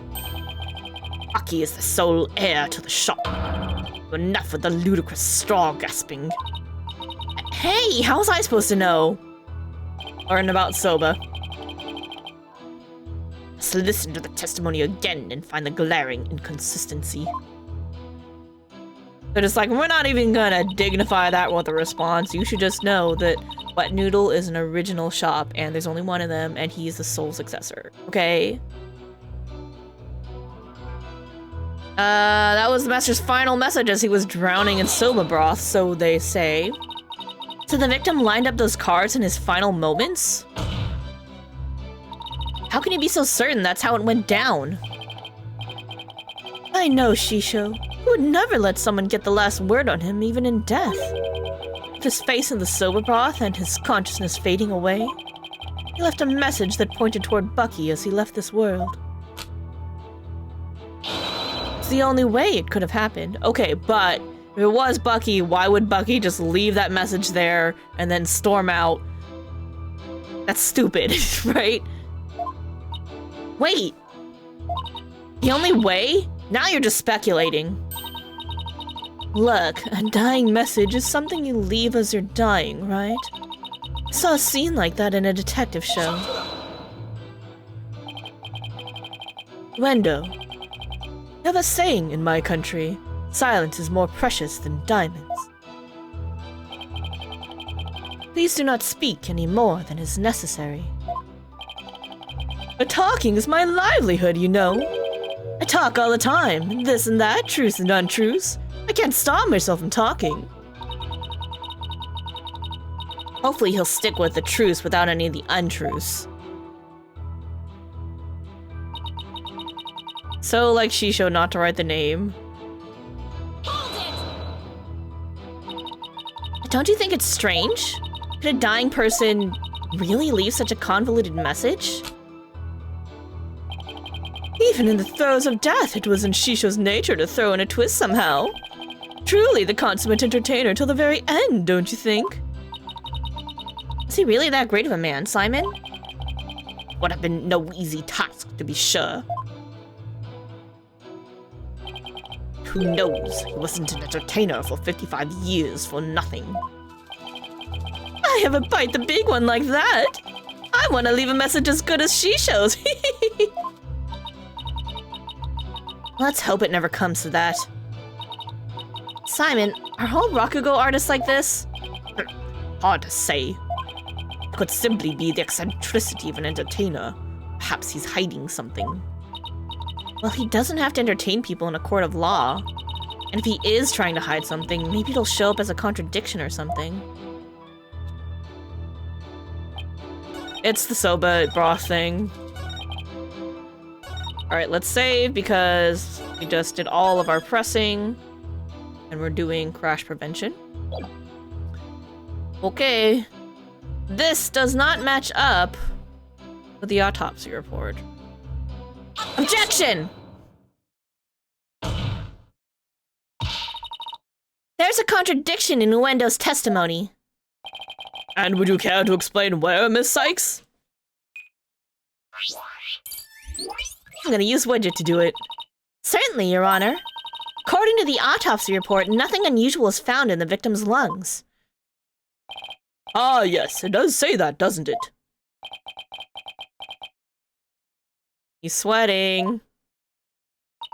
If he had drowned in a bowl of soba, then there should have been soba broth in his lungs. But since there wasn't any, it means the victim was suffocated with something other than soba broth.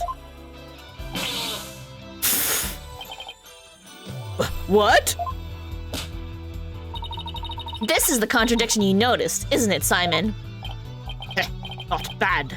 Not bad at all. I guess I showed you.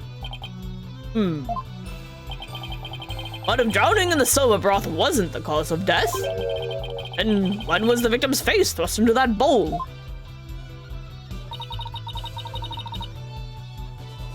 Typhoon Tornado's face was thrust in the bowl after his murder.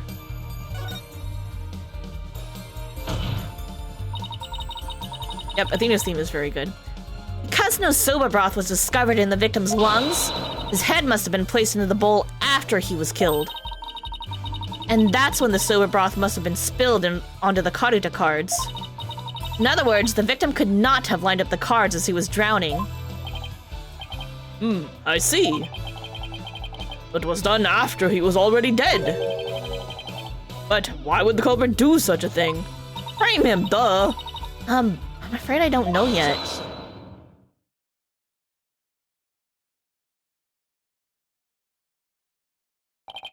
You boast of psychological expertise, but you cannot determine such a simple motive.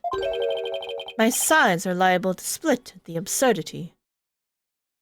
Naito, why you interrupt the good music? I know, right? What, and I suppose you know why? Of course. Desecrating the body in that manner indicates a strong sense of enmity on the part of the perpetrator. Yes, that does make sense. Certainly paints a clear picture of the culprit's intense feelings towards the victim. Or, the more obvious answer is that it was a setup to make it look like Bucky killed him when in fact it was not Bucky. Feelings of resentment over the theft of the soba shop's deed, no doubt. That's great. Now the judge has an even more unfavorable impression of Bucky. Silence. Must you come undone at every juncture? The culprit hadn't time enough to set up Master Tornado's body. Think they would have honestly failed to notice the dying message? Good point. The cards were right there in front of his body, after all. Rationally speaking, there's no way the culprit could have missed that, huh? Objection. Ah, but was the accused rational at the time, given the way he stormed out of that room? Silence. Get him, Blackwell. Never mind that. I have something more important to ask Wendell. Me? Saw the Karuta cards firsthand, did you not? You care to tell us about them in a bit more detail. Tiny crime scene photos show us precious little of what I wish to know. Well, those cards are from Shisho's special soba scenes of Tokyo Pass set. Each card is related in some way to soba. Spare me the history lesson. Just tell me how the cards looked at the scene and no more. Camera! Take on my fist at you. Oh, well, there was soba broth spilled all over them. That's not much help, I'm afraid. Oscar-san Mari, do you have a photo that shows the cards more clearly? I do. Please accept this meager offering, Your Honor.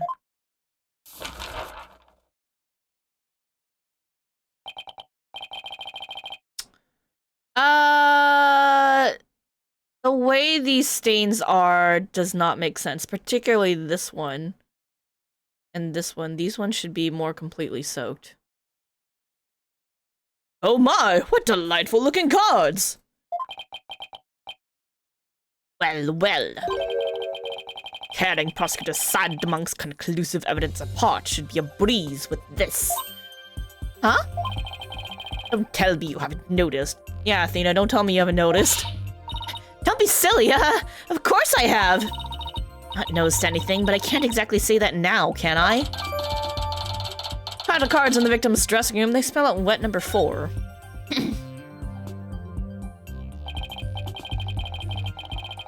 Sykes, do you really see a problem with the prosecution's claim about these cards? Oh, hell yeah. And I think it's really annoying that he Either failed to notice them or deliberately is not mentioning the issue. Well, go on then. Alright, it's do or die. All I have to do is study the picture and... These cards were rearranged.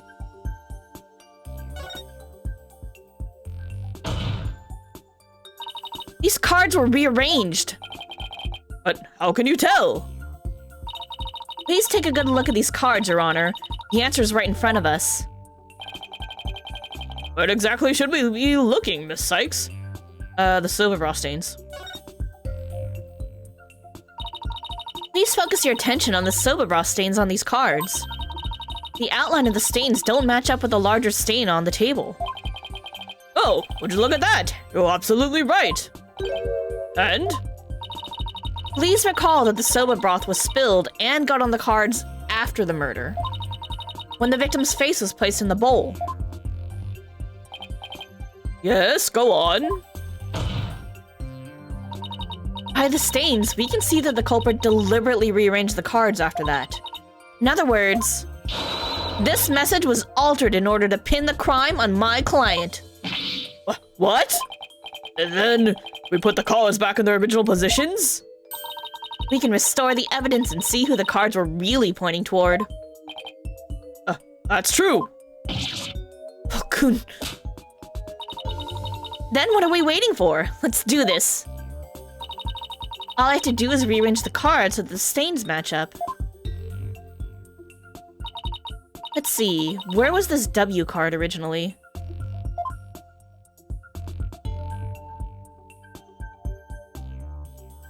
I guess here. Perfect. Okay, the H card is next. Let's see, that one was probably here. Yes, now the E card. Here. Perfect match. Next up is the T card. Let's see. That one was here. Great, that fits right in there. Now the N card.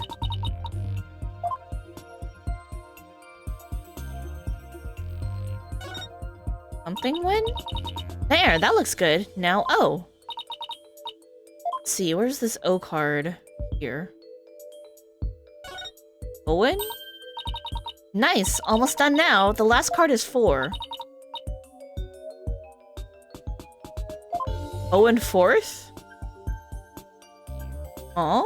Take that! What does that mean? I mean, I figured it out, but I don't know what it means. So the message was, wet number 4 was originally supposed to say Owen 4th. And this original message is our clue to the identity of the true culprit. What? That indignant look on Prosecutor Sadmonk's face is positively priceless. I like... Oh shit, you can't even see my face reaction right now. I like how Prosecutor Blackwell has given Sadmati a nickname. When Sadmati's been such a rude-ass jerk this entire time, calling us a bunch of rude names, and Blackwell's like, nah, I'm gonna do it to you. This is absurd. So it was originally Owen 4th? Wasn't wet number 4? Maybe the lawyer's smarter than we thought. Yo! The fuck? Rude! Order! Order in the court! Well, I never would have imagined that there was more to these cards than meets the eye. Card to cards updated! Yo! Card to cards in the victim's dressing room. They originally spelled out Owen 4th as shown. So, now that that's settled, what does Owen 4th mean? They quite literally transformed, yep. Wait, What else do you suppose is to provide an explanation? Of course it's you! I hadn't thought that far yet. Change the cards around all you'd like, but if you cannot explain what the message means, then it is as worthless as you are, defense. No!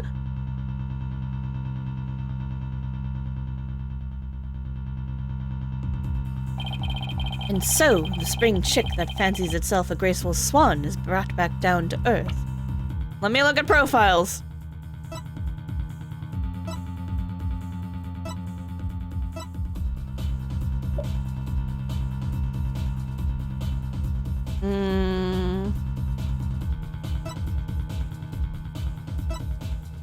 Owen fourth, huh?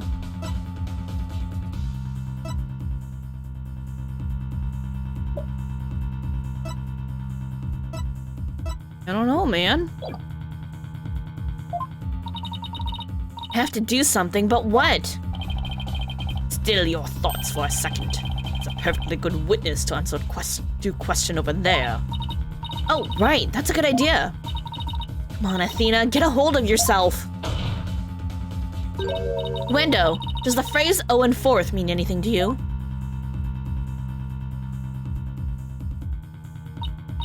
No, there's no one named Owen in the tornado family of our circle of friends. Go ahead, ask anybody you'd like. Can't be serious.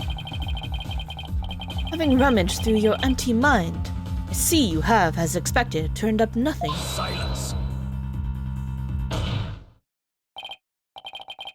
I'm afraid I have no idea who the devil this Owen Forth is either. But the fact remains that the car's already arranged to pin the blame on Mr. Wet. That in itself proves the defendant isn't the real culprit. Prosecutor Blackwell is right. Besides, the important question here is not who does the message point to, but rather who rearranged the cards. Why didn't you point that out earlier if you already knew? Sorry. In any case, there were two opportunities for someone to rearrange the cards. The first was when Mr. Wet entered the dressing room, and the second was when Uendo discovered the body. Are you accusing me of rearranging the cards? Me, who came to testify to the goodness of my heart?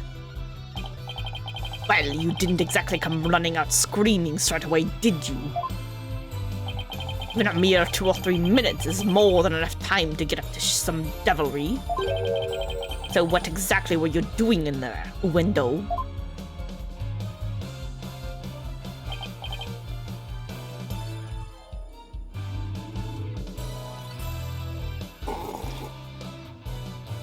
I had to try real hard to get some sipping noises to pick up on the mic. Put down the tea and spit out your answer. Eep! Mr. Prosecutor! What's a guy supposed to do at a time like this? Silence is more precious than diamonds, witness. Therefore, you need only stay silent. The defense is devious. They are waiting for you to make a slip of the tongue. Oh, I see. So that's what they're after, is it? In that case, Your Honor, I've decided not to say another word. Very good. After all, your right to remain silent is protected by law. You are interfering! What the fuck? Well, Prosecutor Blackwell, any other brilliant ideas you'd like to share?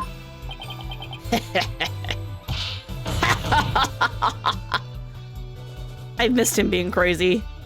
To hear that Sykes Donal, a Lakugo artist who's afraid to speak, who's ever heard of such a thing. You're trying to taunt him into talking. Such a petty trick will never work. That's right, I'm not going to fall for it. Only asking to hear your story. Besides, is it not your job to tell your tales if there was an audience to listen? Even so, I have the right to refuse to answer. The more you keep quiet, the more we want you to talk. That's simply human nature. Isn't that right, people of the gallery?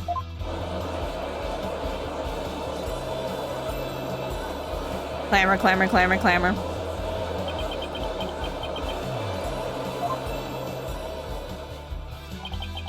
Even with this wonderful audience in front of you, you still refuse to talk. so, then perhaps you chose the wrong line of work, my friend. Are you saying I should quit? Because I'm not afraid to speak my mind, I'll have you know. Oh no, never mind what I just said. It is scary to talk, it is absolutely terrifying. But no, as a Rakugo artist, I must talk. If I don't, how can I ever show my face on stage again? Your Honor, I'm ready to testify. He did it. He managed to convince Uendo with his power of suggestion technique. Bully for you, Uendo. That's as a real Rakugo artist should be. Good to have this on our side for once. I know, right? Him bullying and pressuring people to do shit actually worked in our favor. All right, if the witness wishes to testify, then by all means, please do. He turned by such an obvious ploy. A man of weak spirit he is. Maybe you should stop trying to hide evidence and testimony? How does it feel, sad monk? In the dressing room. After my performance, I went to visit Shisho. I called to him from outside the room, but he didn't reply. When I entered the dressing room, I saw Shisho slumped over the table, motionless. From what I can tell, there do not appear to be any inconsistencies in the testimony. Of course there aren't any, because I'm not trying to hide anything. Prosecutor-san Mari's right. I don't see anything inconsistent either. But I did pick up on some faint discord in Uendo's heart. Ponder all you would like, defense, but it is pointless. Your Honor, I believe there is no need for further deliberation. Suggest a therapy session. I disagree, Your Honor. I detected discord in the voice of the witness's heart. That's a clear indication that Uendo is facing some sort of inner turmoil. Are you saying what I think you're saying, Miss Sykes? He loves the fancy new little technology gizmo shit that we give him. It's cool. Makes him feel hip. Yes, Your Honor. The defense would like to conduct a quick therapy session on this witness. Objection. Shut up. Uendo, there's no need for you to submit to this so-called therapy. Fine by me. I have nothing to hide. Bring it on. Impetuous fool. Why will you not listen to the guidance of this humble servant to the Holy Mother? Because you're shady as fuck for someone who's supposed to have everybody's best interest at heart. Witness wishes to proceed. I see no problem, prosecutor. In one ear and out the other. Seems this performer has no need for your so-called guidance, prosecutor sad monk. Just know this, Uendo. Your folly will surely earn you divine retribution. Thanks, Simon. I'm gonna make the most of this opportunity you created for me. Just keep your wits about you. I will. Uendo, could you tell us again about what happened in the dressing room? Yay, widget time! Camera, please. Let me enjoy my widget time.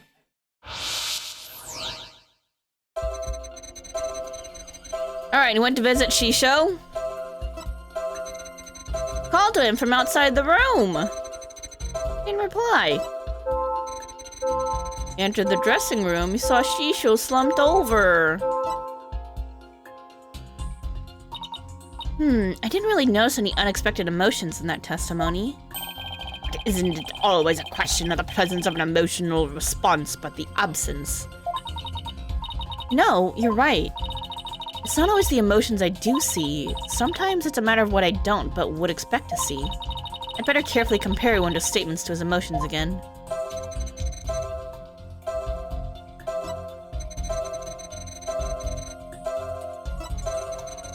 He didn't reply.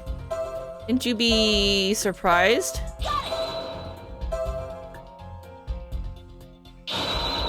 Wendo, something here just doesn't match. Oh, maybe it's not that one. Oh, let's read that because that was funny. Match! Ah, I see match as in... Managed to assert a thoughtful, calculated hypothesis. In other words, you are the something here that didn't match, correct? Appears you've met your match. No worries. That was just one match. There's still the rest of the game to go. He didn't reply.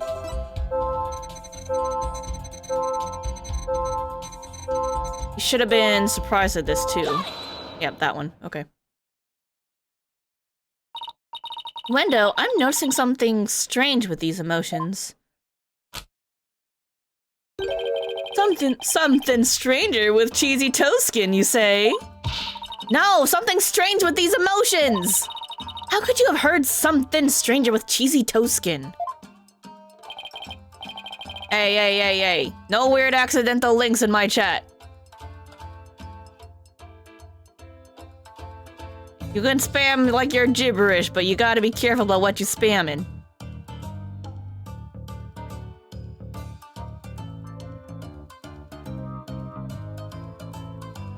I don't know, maybe it's me who's got some cheese in my ears. Did he will the floor to open up and swallow his cushions out of shame for that bad joke? The point I'm trying to make is that I noticed something unexpected in your emotions. Now stop hiding and come out where we can see you. Hey, Lith, please bring the witness a few replacement cushions. Oh, he is sitting on cushions. That's too many! So, what was this unexpected thing you noticed? Oh, come on! His honor said a few cushions, not a few dozen. Too many! Now that we've all had a good laugh, please continue, Miss Sykes. Who's laughing? Ah, focus, Athena. Don't let yourself get rattled. When you entered the room and saw your master slumped motionless over the table, you weren't the least bit shocked, Wendo. Don't you think that's a little odd?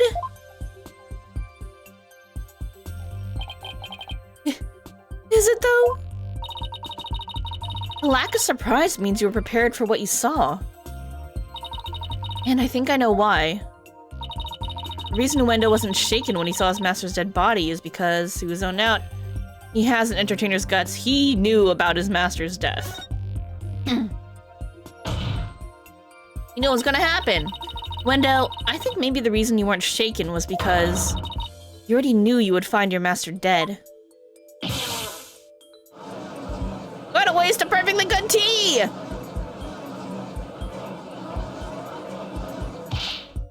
What? What kind of thing is that to say?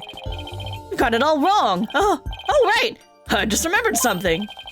I thought Shisha was just sleeping when I first saw him.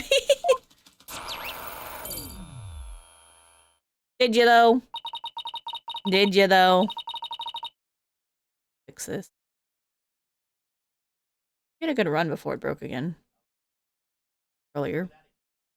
Thought he was sleeping? It sounds plausible, but... What made you think he was asleep?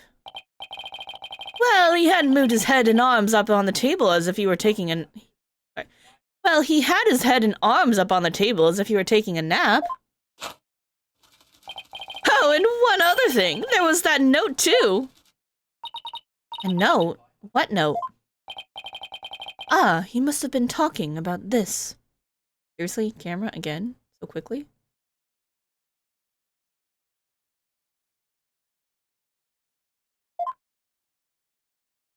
Resting, do not disturb. It appears to have been written by the victim. Allow me to read it. Resting, do not disturb. Yes, that's the note I saw. After reading that, who wouldn't think Shisha was napping? That is a pretty reasonable assumption. You've gotta be kidding me. Waifu's note added to the court record. A note thought to have been written by the victim before his death?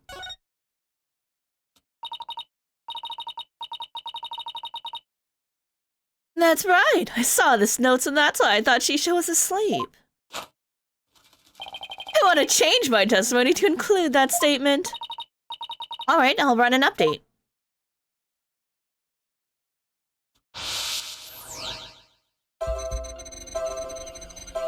Alright, you went to visit Shisho?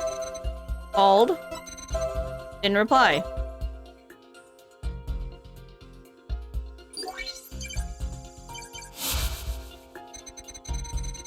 When I opened the door, I thought he was sleeping.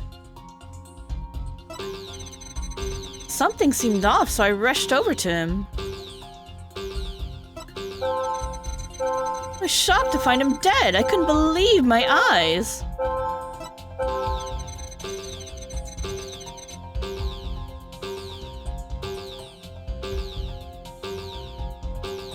What are you mad about? Why are you mad? Why are you mad, bro? Why are you mad, bro? Wendo, I noticed something funny in your emotions again. Funny, you say? I guess an entertainer of my caliber can make people laugh even with my emotions. Didn't mean that kind of funny. Quite the opposite, actually. When you entered the dressing room, I see that you suddenly felt anger. What I want to know is what made you feel angry all of a sudden? What? Let's see. Oh yeah, now I remember. As I was going in, I whacked my little piggy on something. I was annoyed at my own clumsiness. Wait, you mean you stubbed your pinky toe? Just a little bump on my little piggy. No big deal. It's embarrassing, really. Sounds more like he's hiding something. I'd better dig a bit deeper. No need to be embarrassed, Wendo, but I'm afraid it's something we do need to look into. I don't really see anything you could have stubbed your toe on. Maybe the step? In the area around the dressing room door in this picture. And maybe there was something there at the time? Wendo, what exactly did you stub your toe on? What an irrelevant question. You dishonor the soul of the victim with these unnecessary delays. You tell her. Really, who doesn't stub their toes every once in a while? You really gotta fuss over every small detail like this? Well, the thing is...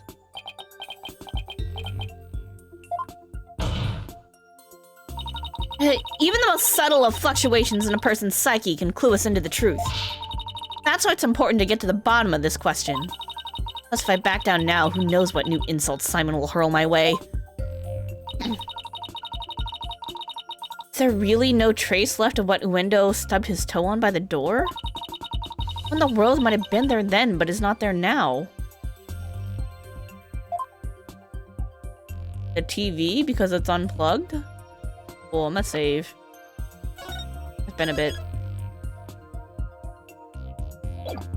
And the TV looks like it was probably moved. Wait, what is this? Something there.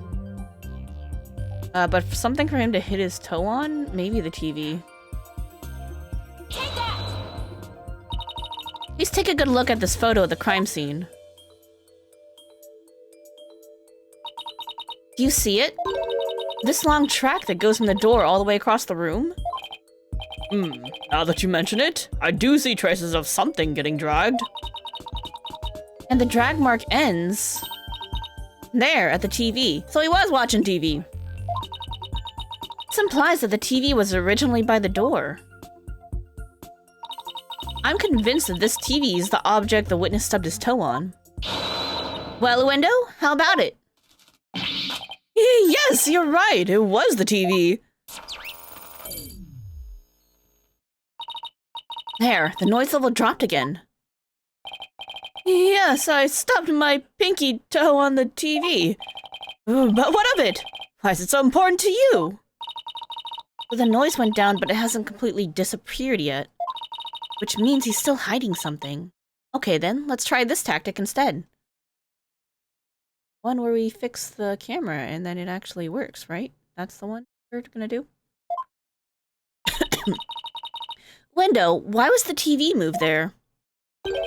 Shisho must have moved it so he could watch my routine. What a place to put it, right in the middle of the doorway like that? I didn't want to bump into it again, so I put it back where it belonged. Performances on stage can be viewed in the dressing room using that TV?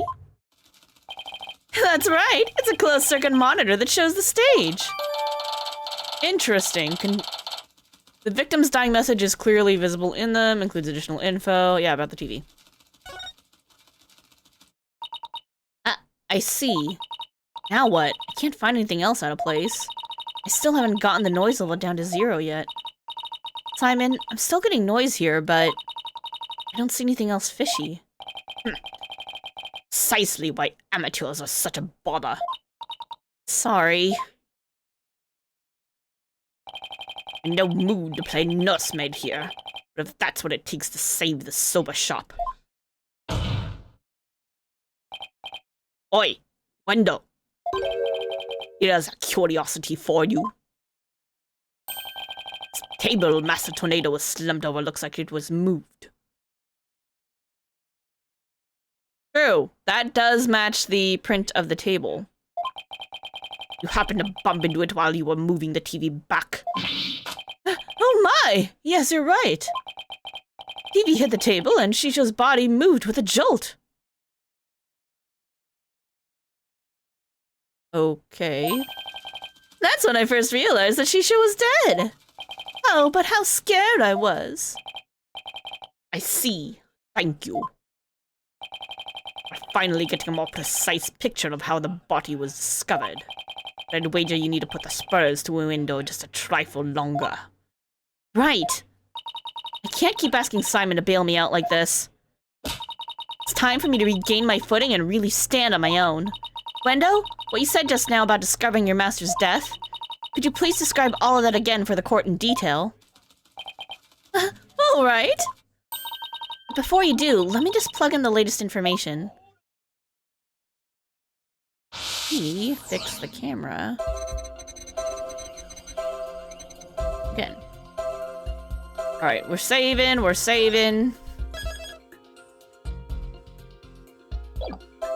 Alright, you went to go visit. Called out to him. Didn't reply. He opened the door, thought he was sleeping.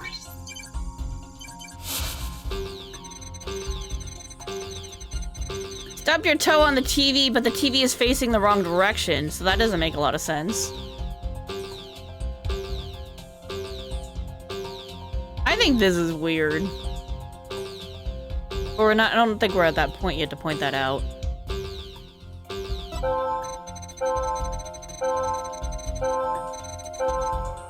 When he put the TV back in its normal spot, he realized Shisho was dead.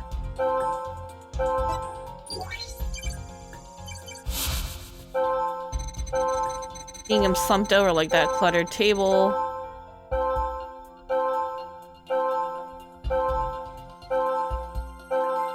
Okay.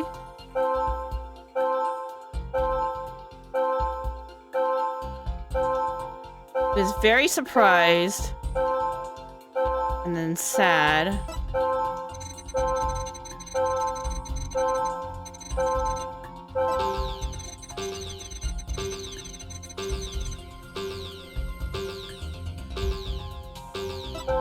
But the body got...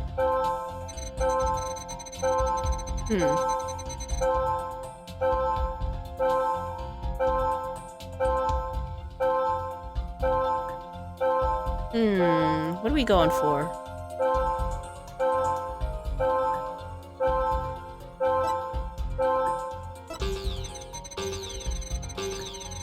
The way they have the TV positioned right here is really, really bugging me, but I don't know if it means anything. Anyway, wouldn't you be shocked that you stubbed your toe in addition to angry? No, that's not it. I just wanted to see. Nope. You're the one who doesn't match, Athena. It's me. I don't match.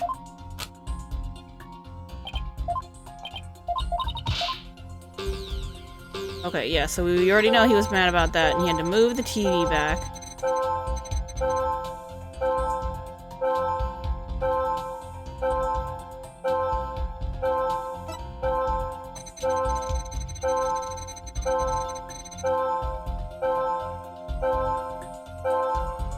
the amount of surprise increased?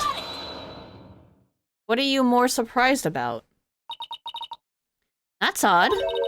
After the initial shock of finding the victim dead, you reacted with surprise again. What was it that surprised you, Wendo, besides your master's death? What do you mean? What's more, you were even more surprised the second time than the first. What could have surprised you more than finding your late master? Search me, your little thingy must have made a mistake. Silence. A girl is as sharp as a trout, to be sure. Her ability to hear people's emotions is absolute. Get to remembering, Wendo. What was it that surprised you? That was a compliment, right? Well, why did it go up? No, we pushed him too hard and now he's mentally all over the place. F. His emotions are completely out of control. Out of control? Care to explain how that's relevant? You know how normally I listen for the hidden emotions in a witness's voice, right? And there I look for inconsistencies between their testimony and those emotions. But sometimes a person's feelings can run too high, making it hard to get proper readings. Oh, that's how your Matrix program works. Fascinating. Why is she explaining this assignment? I feel like you should know about this. We know it's really for us. Ordinarily, it's just one emotion that runs out of control. Yeah, we literally use this on him. But it seems there's nothing ordinary about this time. Hi! It's going crazy! Went to visit Shisho. He's so angies!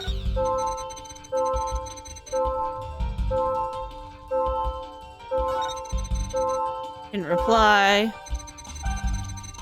Was surprised. Angry about stubbing his toe. Shocked to find him dead. Sad about the cluttered mess. There's a lot happening here. Knew it. What's got your knickers all in a bunch now? Wendo has multiple emotions running out of control at the same time.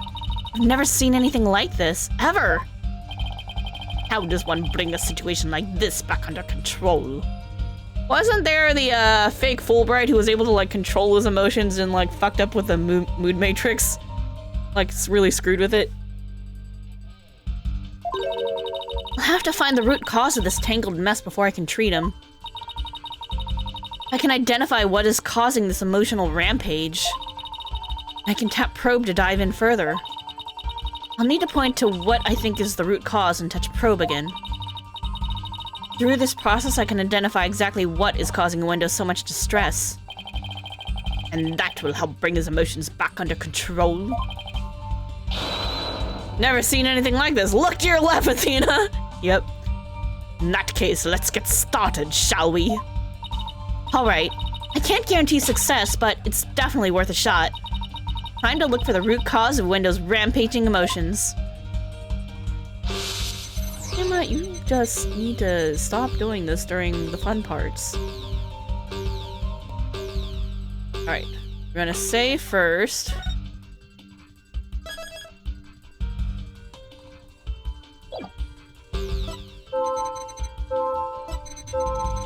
Didn't reply.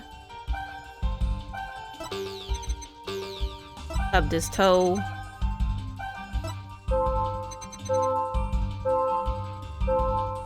Is it the Karuta cards? I think it's the Karuta cards, because that cost him more. He got more surprise, so it's probably something to do with the 0 and 4th.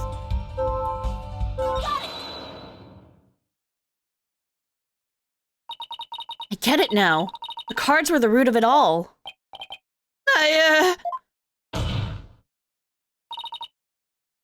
Don't try to deny it. Can't hide your feelings from me. But this camera can't. Stop that. The only dying message that was left at the scene of the crime is what was causing you your distress. And if the dying message was the cause of all those feelings, then that means the phrase Owen Forth must mean something to you. Yep, got him. Got him!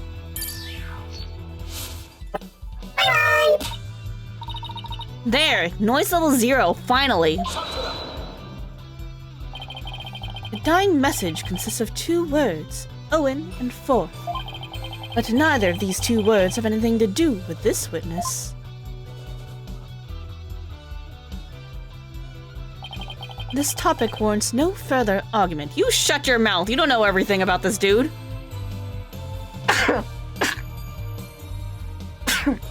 Excuse me. Sure, there may not seem to be any direct connection between a window and the message. For now. But why don't you wait and decide what's necessary after you hear my theory? I trust you've hit upon something, Athena. Yep, if my theory is right, we can finally solve the case of Uendo and the mysterious Owen Forth. Well, go on then. I can already tell this promises to be interesting.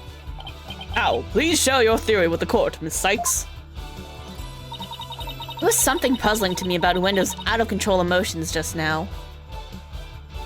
Oh, camera. Enjoy Athena's music for a little longer.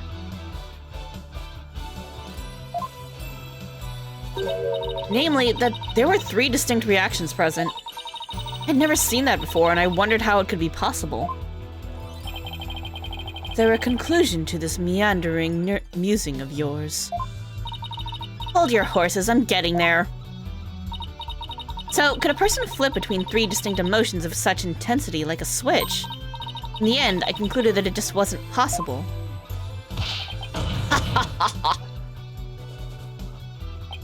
So that's it, is it? A bit unconventional, but I'll grant that it's possible within the realm of psychology. In the realm of psychology? Afraid you'll have to explain it for the old man up here on the bench. Your Honor, my theory is that Uendo is a robot has multiple personalities. That's how he can do the Rakugo so easily. With so many distinct personas, it's clear to me that Uendo has this dissociative identity disorder.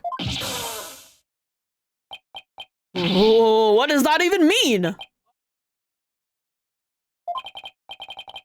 Your Honor, the defense would treat this trial as a child's jest. Hey! We had a dude who went around pretending to be lots of people and couldn't remember who he was. This stuff is very important. Multiple personality disorder? Preposterous proposition indeed. I do not agree, witness. How did she know? How'd she figure it out? Definitely not Sad Monk. He's so close-minded, it pisses me off. Kunka! Can't believe it. I did it, Simon! I've read papers on it before. I'd think I'd see a case of it for myself. Blimey. Rakugo artists tell stories as different characters, but as different personalities? Hey, you, lawyer girl. Got a problem with us, huh? No! No problem at all. It's all very hard to believe. Now that we've established that the witness has multiple personalities, would each of them please introduce themselves to this court? Looked at the wiki page for Uendo and there's a whole section on how accurate this is to real old Oh, interesting. That's really cool. That is super, super neat. I've taken exactly 1 psychology class, which I passed entirely by reading the book, because let me tell you, those lectures were at 9 a.m. for like 2 hours, and I slept through all of them, but I aced everything because I read the book at night instead. You were very happy to see how they did this and treated it very well. Nice, nice, nice. Very good. That's awesome.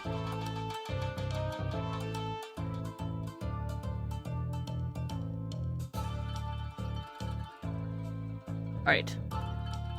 Uendo Tornado. I'm a Rakugo storyteller, as you know. Hello, everybody! Patches, the friendly jester here!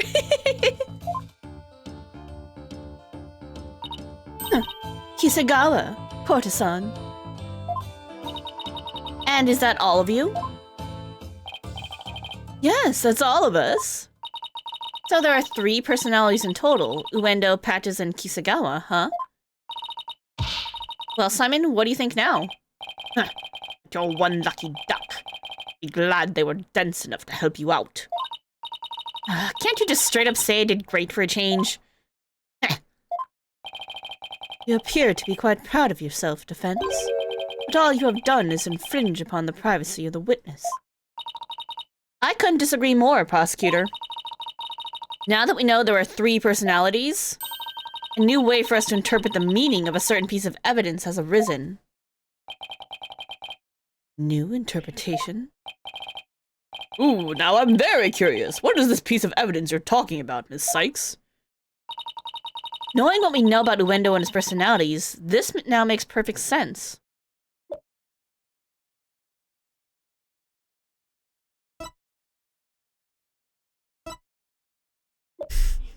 Sorry, what?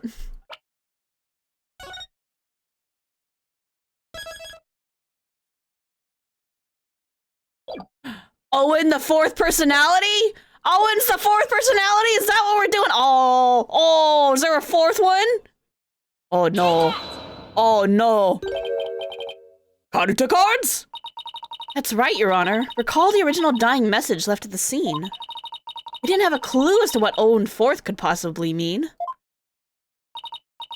But now with this new information about Uendo and his personalities, isn't it possible that Owen 4th actually means a secret 4th personality of Uendo's? A personality named Owen? What? Kunka. Uendo must have kept his dissociative identity disorder from us because he didn't want to be associated in any way with that dying message. No, that's not why! We kept our disorder a secret for different reasons altogether. We've been taking advantage of our affliction to act out various Rakugo characters. Word of this got out, well, our reputation as a Rakugo artist would be tarnished, as would the Tornado name. That's why we kept it a secret from everyone except the members of the Tornado School. But really, there is no 4th personality. It's just the 3 of us in here. This character shows how good the models are in this game. Literally all that changes when Uendo switches is their hair and some minor details on their face. Yet the alters are so distinctive. Yeah, it's pretty damn cool. Plausible enough sounding story. But it doesn't prove you didn't rearrange the cards, does it? But...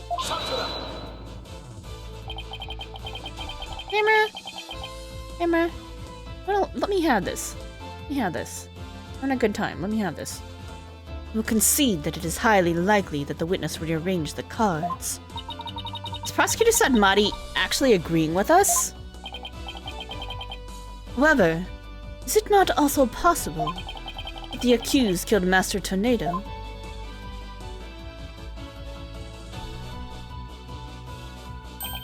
And then left that message in order to frame the witness? And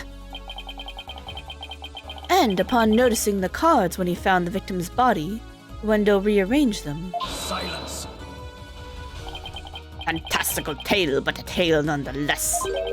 No one outside the Tornado School knew about Uendo's multiple personalities. Uendo just finished saying so himself. Ah, that is true, but ultimately meaningless point. The witness was only in the dressing room for 2 to 3 minutes. That's far too little time to commit murder, wouldn't you say? And who's to say he couldn't have done it before his discovery?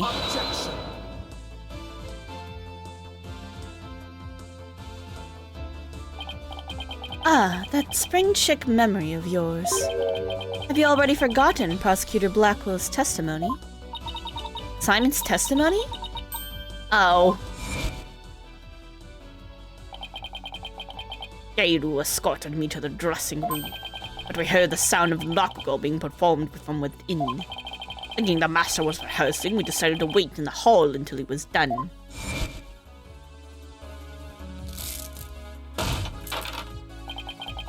That's right, until just a few moments before Window entered the dressing room. Okay, hold up. I'm pretty sure the TV was being played at that time as a red herring to, you know, like, to create the red herring of like, oh yeah, he was definitely alive at that time.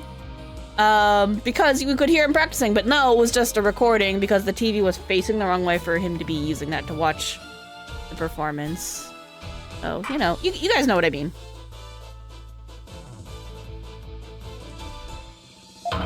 Taifu Tornado was confirmed to be still alive. No! Not only that, but Uendo was on stage until just before he discovered the body. A bulletproof alibi that I've already confirmed with several audience members. Oh no! I also heard that his Rakugo performance that day was a steaming pile of... Well, you get the picture. Yes, I'm afraid so. Really stunk up the stage, I did. And yet I have a perfect alibi. Indeed, why not land the coup de grace on the defense by describing your alibi, witness? Okie dokie smoky!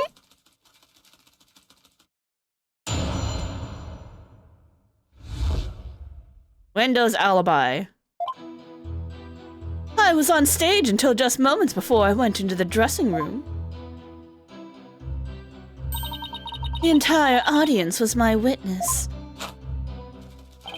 My performance was a huge buzz, not a single soul laughed. I'll never be able to live down how terribly I bombed during that very important show.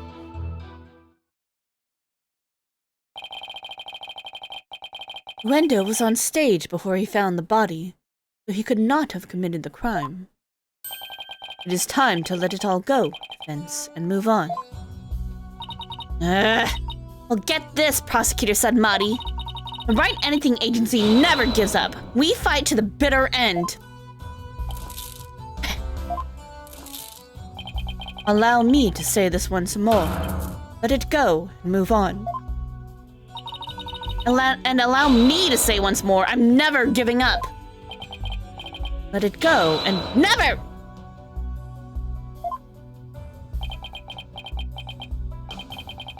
This is pointless. Very good dynamic going on there. You should have taken advantage of this opportunity while you could, foolish child. Your worthless convictions only serve to prolong the accused's suffering. If words will not sway you, then perhaps pain will. Hey! Rude! Oh no! Anything but this! Simon, help! Simon, help! Simon!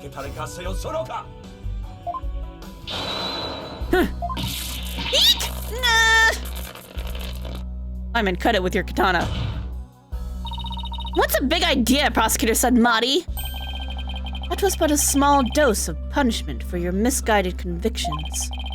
Are you now a bit more inclined to give up as instructed? As if! In that case, you must require another dose. Thank you. Not bloody likely. Thanks, Simon! Appreciate you! Don't give two flips about your beliefs. The Sykes don't know what to submit to you here. You won't be able to eat good soba anymore. This is such a good case, you're right. That's right! For Mr. What's future and Prosecutor Blackwell's stomach, I will never give up. You will rue those words, defense. Of that I can assure you.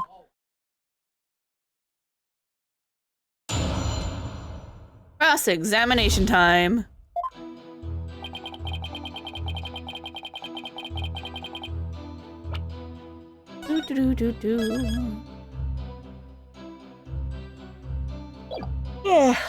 He was on stage until just moments before you went into the dressing room.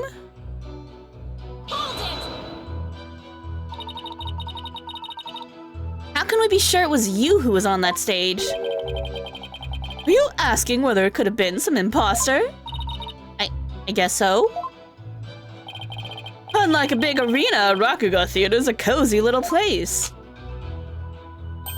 It would be hard to fool an audience in such an intimate setting, don't you think? Yeah, I guess you're right. Good. I'm glad we could clear that up, because I guess you could say... entire audience was his witness.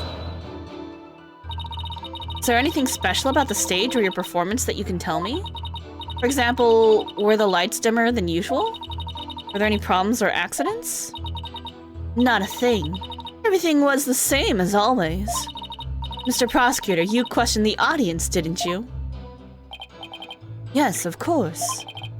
Apparently nothing seemed amiss to them. Well, one small thing. Oh, except one small thing. One small thing? Oh, it's so embarrassing. I tried my best, really, I did. Nobody laughed. Have any idea what went wrong? I'm not sure if it was my performance or if it was just that particular audience. Or maybe it was the story I picked. But every entertainer knows that this kind of thing happens from time to time. Guess that makes sense. Still, I wonder how he could have flopped at his own commemorative show. Maybe I should dig into things a bit more. Number of audience members? How many people were there in the audience when you were on stage? Well, let's see. We drew a full house, so... I think there must have been 50, maybe 60 people in the audience. That's quite a lot, isn't it? Exactly! I dropped a big stinky bomb in front of all those people! It was a catastrophe, I tell you! I was sweating buckets from start to finish! That sounds exactly like how Apollo performs in court sometimes. Ooh. Harsh. I see. Thank you. So that statement, I'd like to... leave it out for now. I guess it doesn't really matter how many audience members were there. Never mind, Your Honor. There's no need to add that statement to a Windows testimony. All right. Let me ask about the other one. Hold it. 50 to 60 people and nobody laughed?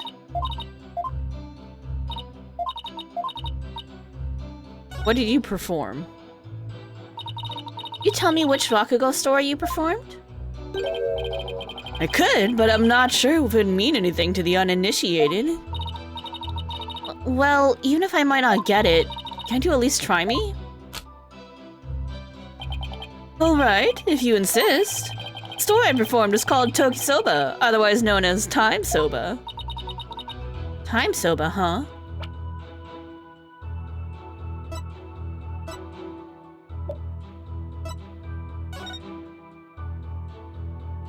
Wendo was supposed to do Soba Glutton. Oh, that means the person who's performing Time Soba that they heard out in the hallway was from the CCTV.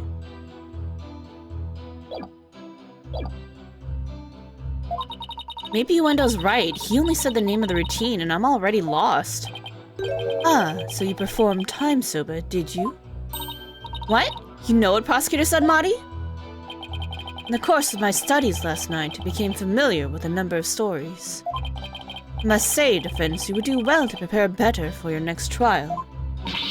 Ah. Simon, what's Time Soba about? Look it up yourself. Allow me to give an overview. The story takes place on a winter's night. A man orders a bowl of soba at a street stall. How you doing, sir? What can I get for you? I see you've got seaweed-topped hanamaki soba and... I'll have a bowl of shippoku, my good man. It sure is a cold night, isn't it? There's nothing like a hot bowl of noodles and soup to warm the soul. You know it, sir. One shippoku coming right up. How's business? Not so great, sir. Is that so? Well, that's great because things can only get better from here, right? Oh, prosecutor. Alright, I missed one of the first lines. That just went on. Winter's night, man orders a bowl of soba at a street stall. So you got seaweed top hot hanamaki soba and mixed topping shipoku soba. Boku sure is a cold night. Okay, yeah. That man memorized it. That's crazy. Well, prosecutor. The customer talks on and on like this. Finally, when he is done eating, he goes to pay for his soba. So how much do I owe you? 16 mon, sir. I see. Sorry, but I only have small change on me. I'll count the coins into your palm so you could hold it out for me. 1, 2, 3, 4, 5, 6, 7, 8. Hey, what time is it? It's 9, sir. 10, 11, 12, 13, 14, 15, 16. Thanks, and bye. Very well done, Prosecutor Sadmati. That was excellent. Huh?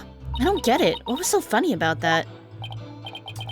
Don't you see? The customer paid with coins, counting them out one by one. He swindled them. And just after counting 8, he asked about the time. Soba vendor answered with 9. Oh, now I get it. He made the vendor say 9, and then he continued counting from 10. Exactly. He cheated the soba vendor out of 1 mon with his smooth talking. There's a short from a VTuber idols doing the same type of style. That's pretty cool. Story continues with another man who saw the whole thing and tries to do the same. He bungles the trick and ends up paying more than 16 mon for his soba.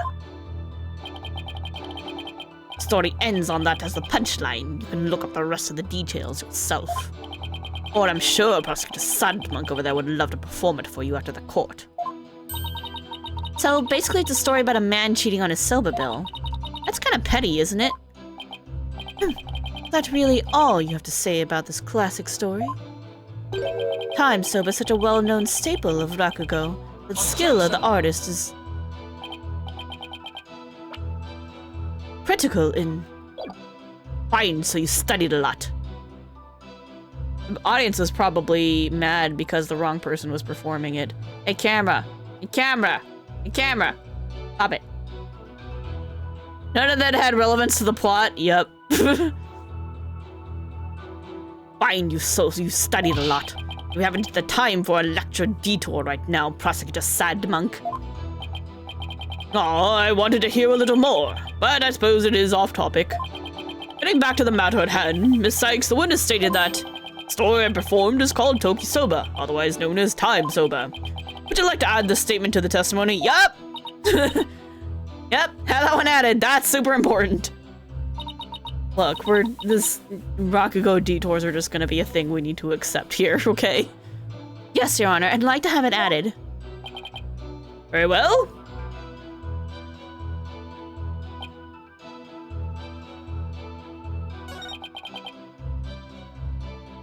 I'll never be able to live down how terribly bombed during this very important show. We're gonna go ahead and press that, because I don't think we pressed that one yet. After this. Excuse me for asking, but do you bomb like that on a regular basis? Well, aren't you a regular rude daisy? Do you really think a Rakugo artist who regularly bombs would get promoted? In fact, I'm known as the Tornado School's whirlwindo of laughter, I'll have you know. Is that really true, Simon? Bro, camera. It's been literally seconds. Seconds! Seconds! Stop it! That nickname is a bit of a travesty, if you ask me. But his Rakugo was solid and well received, yes. I see. But yeah, whirlwindo of laughter is a big ol' stink bomb of a name, isn't it? Whew, what a relief. I thought it was just me. I mean, whirlwindo of laughter is great. Funny stuff. I'm glad you like it. Dina, be nice. You performed Toki Soba. Story where a man cheats on his soba bill, right? Why do you think it didn't go over well? Well, I suppose I was a little nervous. A lot of pressure when you're the star of such an important show, you know. You? Nervous? I thought you'd be all calm and collected, but I guess even you can get stage fright, huh? I wanted so badly to live up to the great name of Wendo that I inherited. And I guess I overperformed a little this time. Wait, Wendo was the stage name of a former member of the Tornado School, right? That's right. The name belonged to one of Shisho's former disciples who died of an illness at a young age. The weight of a new name like that to carry on your shoulders? I can see why you are feeling the heat, just like me. I'm carrying the weight of my entire agency on my shoulders right now. In that case, can I count on your sympathy and have you go a little easier on me? Bro, camera, you just like driving me nuts today. I will fix this for the next one. I'm sorry. With the audience as his witness, Wendo had a pretty unshakable alibi, doesn't he? You're not giving up, are you? Was that never say die spirit you displayed earlier? Of course I'm not giving up, Simon. I just know Wendo has something to do with this case. How will you connect him to the crime when he has an alibi as strong as that? I don't know just yet. It's the one he performed. It's which thing he performed. I'm gonna press his testimony and keep an eye out for contradictions. We already know what it is. You were not supposed to perform Tokisoba, my dude. Ready? Objection! Wendo, isn't there something odd about the routine you performed? Odd? No, I don't think there's anything odd about it. But that's exactly what I find odd, the fact that you don't think it's odd. We are discussing the witness's alibi at the moment, defense.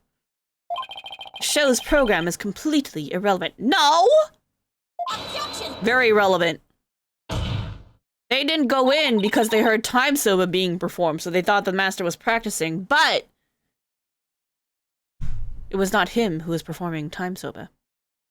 That's where you're wrong, prosecutor said, Mari.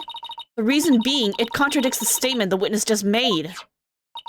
Wendo, do you know what this is? No, what is that? This is an invitation to the show sent from Master Tornado to Prosecutor Blackwell.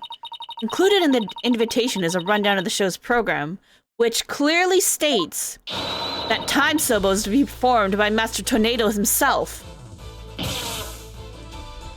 I love that. I love that bit. No. Did she do Simon's double slap on the counter? Simon, what are you teaching her? Be nice to the counter! Oh my god, she picked it up. Stop being a bad influence. Be nice to the counter. Wendo, why did you perform the routine your master was scheduled to do? Well, you see, the reason for that is... How do I say this? You see, let's say it was a, prank. That's right, it was just a little joke, you see. I was trying to surprise Shisho by performing his routine before he did. I don't know if I buy that. Was doing the victim's routine really just for laughs, or... Hey, didn't Simon happen to hear Time Soba coming from the dressing room? During Uendo's performance on stage? It seems like too much of a coincidence. Wait, can it be? What's the matter? You look like a hen with a dozen eggs to lay. Stop comparing me to birds! And that's why he's the bird brain. And cease this bird brain timidity. Hey, hey. You're the one with birds on the brain all the time, my dude. Birds of a feather? Yeah, true. Something has occurred to you that laid it out for us already. Don't breed resentment in those watching you perform your performance. Okay. I don't have a ton of confidence in this theory, but here goes. Triple pun, yep. Got us. It looks like Uendo's alibi checks out, Your Honor, but even though he was on stage at the time, he may have been trying to obfuscate a crucial detail about this case. Are you referring to the solar bill, the man trying to skimp on the witness in the witness's story? I'm not talking about the Rakugo story, Your Honor. Oh, I'm sorry. Then what are you talking about, Miss Sykes? What Uendo may have been trying to deceive us about was the cause of the victim's death, the time of the victim's death, what the victim was the time of the death. Uendo tried to deceive us about the time of the victim's death. What? Eek!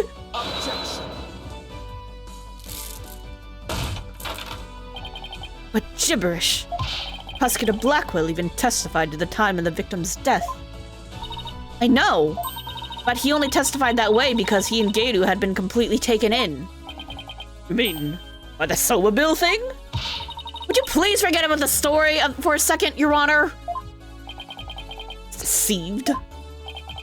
Pray tell, how did Uendo manage to deceive two people while he was performing on stage? That's easy. All he had to do was use a certain prop in the dressing room. Oh, and what might that be? Television. The prop Uendo used was the TV. The CCTV. And I'm gonna strangle my camera. This TV was used to view what was happening on the stage. Prosecutor Blackwell, when you came to the dressing room, what was Uendo doing? He was performing time sober. Blast! Could it be? Yes, it could, and it was. What you and Geiru heard was not Master Tornado practicing his routine. It was Uendo's performance, as heard through this TV's monitor speakers.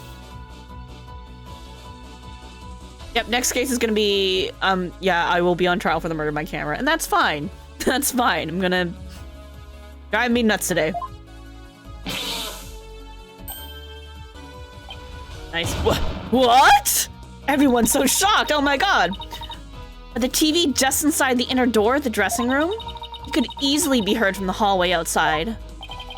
Because we knew that Master Tornado was scheduled to perform time sober, we were easily manipulated into thinking he was still alive at the time, rehearsing. Yes, your knowledge of the day's program is why the two of you could be fooled that way. Simon, did the voice you hear belong to Master Tornado?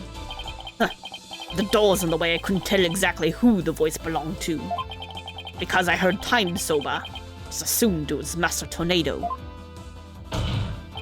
Can't believe I was taken in by such a simple mind game. Oh, he mad.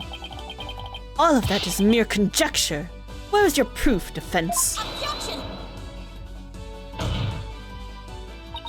Uendo moved the TV back when he discovered the body. After all, he couldn't very well leave it by the door. Because then someone might figure out that trick he'd been playing. And there's one more thing about Uendo's actions that's suspicious. And that is? The fact that he flopped so badly on such an important occasion. So suspicious about that? Even pros slip up once in a while, you know? But I believe that this time it was intentional. Because Uendo knew it'd be strange to hear laughter coming from the dressing room. Oh my! Yipes! It's all just a bit too perfect to be sheer coincidence. Plus, if the voice Prosecutor Blackwell and Geiru heard was due to Uendo's scheming, then the victim's time of death could have been earlier than 4 p.m.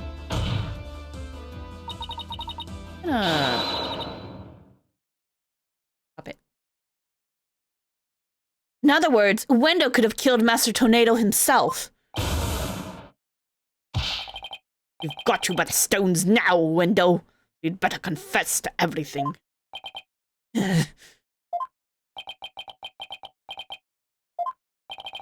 Well, witness, what do you have to say for yourself? We demand an explanation.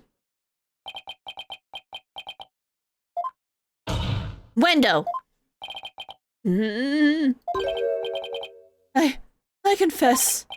I tampered with the crime scene.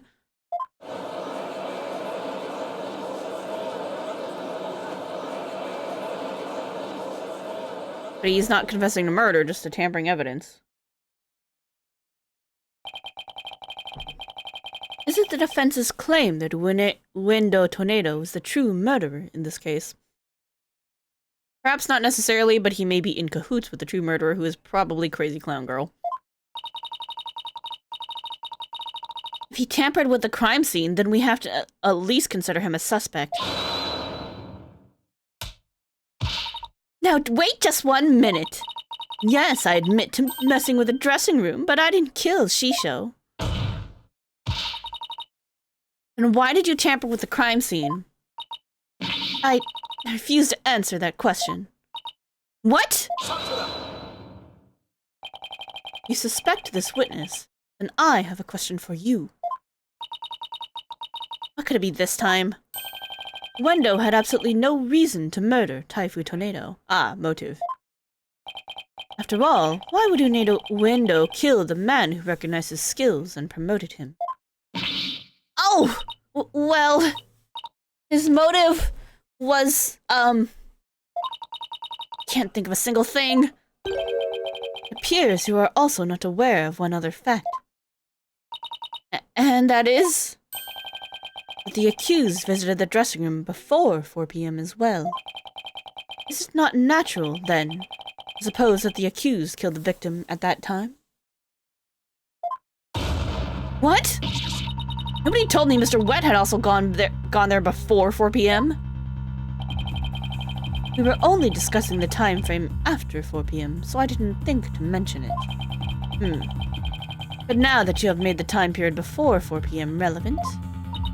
Uh-oh. I don't think I like where this is going. So, you really do not know what your client was doing during that time frame, do you?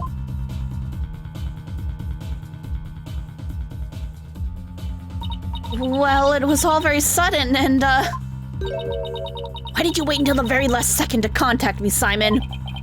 Don't you give me that look. Just so you know, Bucky never told me he had visited the Master before 4 p.m. either. This sort of thing is exactly why that prosecutor keeps calling us unprepared. Defense will stop squabbling this instant. Sorry, Your Honor. Prosecutor Sadmati, please continue. Thank you, Your Honor. Defense, you know of the soba-making implements in the dressing room, correct? Is he talking about the equipment for making soba noodles? Yes. Speak of the large bowl that is used to mix buckwheat flour and water. Long rolling pin and the special knife that is used to cut the dough into noodles.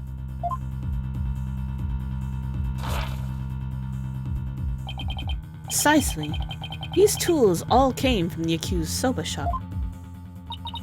You mean they didn't belong to Master Tornado? Mr. Wet had visited the dressing room to give the victim a soba-making lesson. And that visit was before 4 p.m.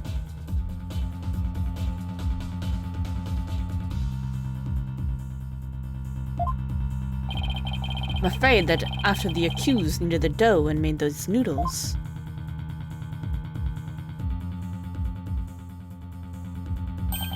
he committed the act of murder. Why are you so insistent that it was him that did it during that time frame? But wait, that doesn't add up. Mr. Wet killed the victim before 4 p.m. Why would he return to that room at a later time?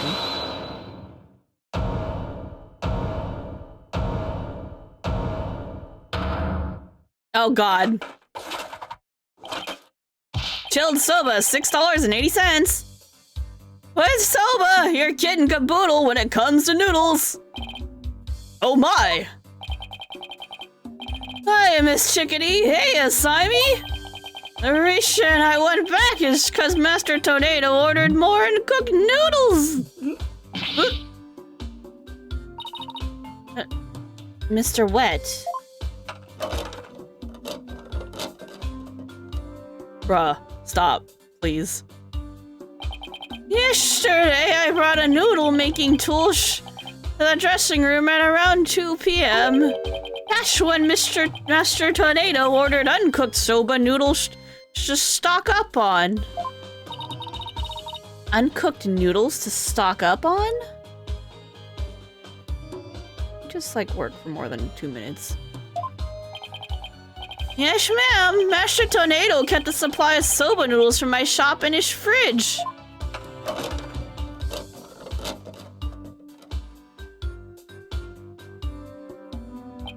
He only had one serving left, so I went back to my shop to get more.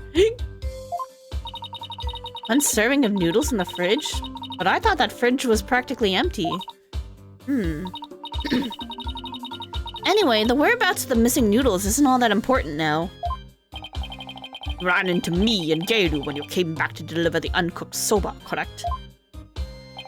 That's right, Shimey. I made time out of my busy day to deliver him the noodles. And you know what? He ignored me when I called out to him from the dinner doorway. He just kept mumbling Rakugo lines for ages. I got mad and went back to my soba shop. Ah, so that's why you got mad. What are you saying is true, then there's no way he could be the murderer. I swear I'm telling you the truth, Miss Shika. Oh god. Bailiff, quick! Get this man to the infirmary! Bro. How has he not detoxed all that booze he drank yet? Well, I dare say he's quite the handful. Your Honor, please accept the statements Mr. Wet made just now into evidence. Objection. I believe the accused's statement about going to the room at around 2 p.m. is true. For it falls within the victim's estimated time of death. That opens up the possibility that the crime was committed between 2 and 4 p.m. Some critical information. Yes, Your Honor. But other than that one point, Mr. Wet's statements are dubious and without proof. Objection! But they are the words of the defendant himself. Simon, back me up here. As a point. If I were the prosecutor, I wouldn't accept them either. Well, I understand the defense's feelings on the matter. Don't understand why the camera keeps crashing. This court is unable to accept anything other than the time the defendant made it his visit. Now what can I do? I trust you have no further objections, defense. At last, the time has come to send the soul of the victim onward to the Twilight Realm. Silence. It's fun that he's fighting for me this time. What are you yammering on about, Prosecutor Sadmonk?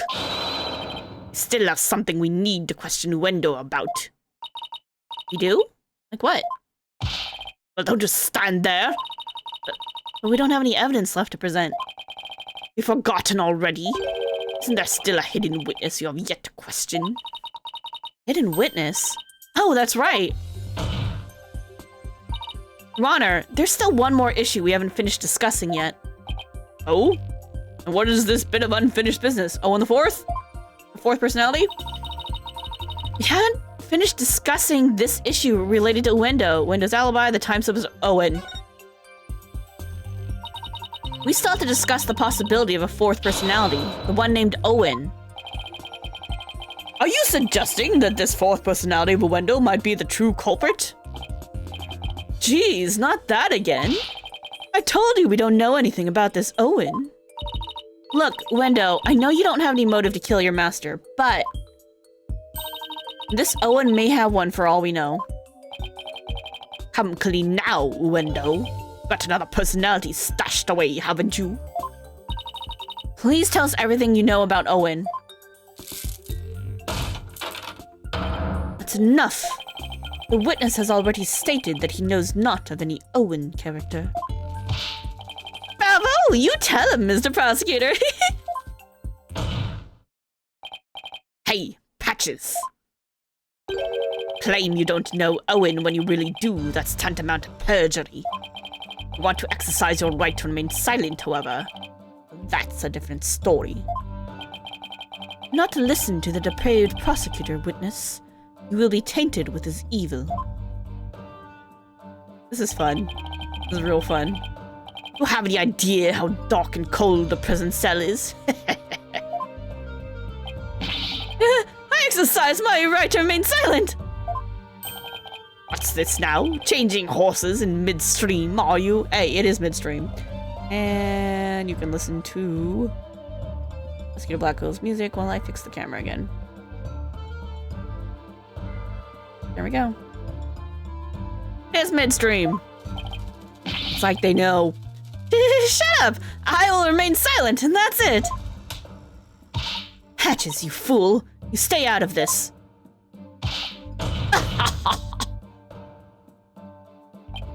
Patches is not the brightest bulb in that box you call a noggin, is he? The fact that he switched from I don't know any Owen to I will remain silent is proof that he does know about Owen. There it is again. Simon's formidable psychological manipulation tactic. Working for me this time! I'm sure glad he's on my side today. Objection. You dirty, despicable, depraved prosecutor. We're leading the witness. Witness, there is no need for you to submit yourself to the defense's questioning. Objection! Your Honor, Uendo is definitely hiding something. Please allow me to question this witness about the existence of Owen. I suppose only this witness can confirm or deny the existence of Owen for us. Too late, sad monk. Patches open the door. Yup. Very well, I will allow the defense to proceed. Ha! Take that, jerk. Kunka.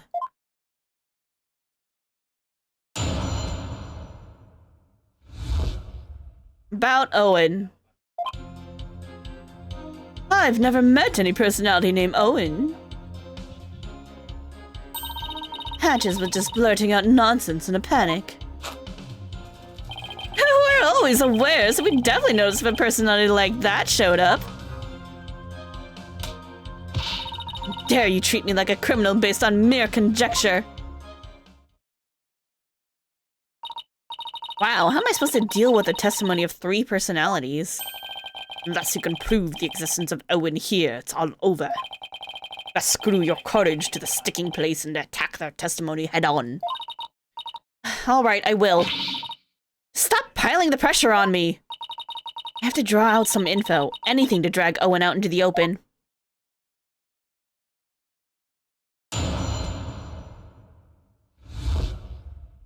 Alright, about Owen. Never met anyone named Owen. We save, and then we press. Met, huh? Is that how you experience each other, like people meeting on the street? Well, it's more like all 3 of us are always here. And the personality that's most suited to the moment is the one that comes out. So when you're out, Uendo, what are the other 2 doing? Well, we never know when our turn will come, right? So we stand by and listen. So that means all 3 of you share the same memories? Crucial moment here, you're gonna be up with some peeps, but have fun? Hey, thanks. And enjoy yourself. Never really thought about it, but I guess that's right. I see. Thank you. Please continue.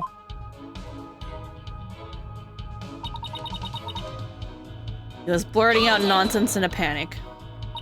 Patches, can I have a word with you, please? Why, hello, you rang? You said at first that you didn't know anybody named Owen, but then you exercised your right to remain silent. Were you afraid of committing perjury? Well, you see... I'll take over from here if you don't mind. Listen, I hate to say it, but Patches is about as smart as a sack of rocks. You grill him with a bunch of highfalutin words, he's going to want to keep silent. I see. So looking after loose-tongued Patches is your role, is it, Miss Kisagawa? Well, I don't know about that, but anyway. I do know that Patches was just flustered and that's why he decided to remain silent.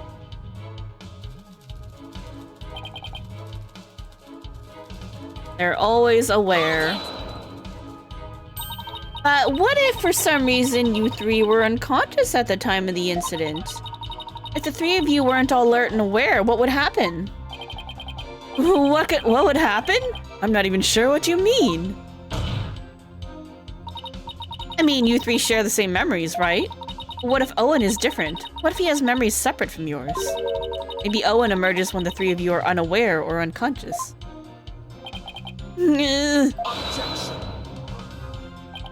Instead of speaking as if this fourth personality is a foregone conclusion, I suggest you prove his existence first. Well, we've already seen 3 personalities, a fourth one be a stretch.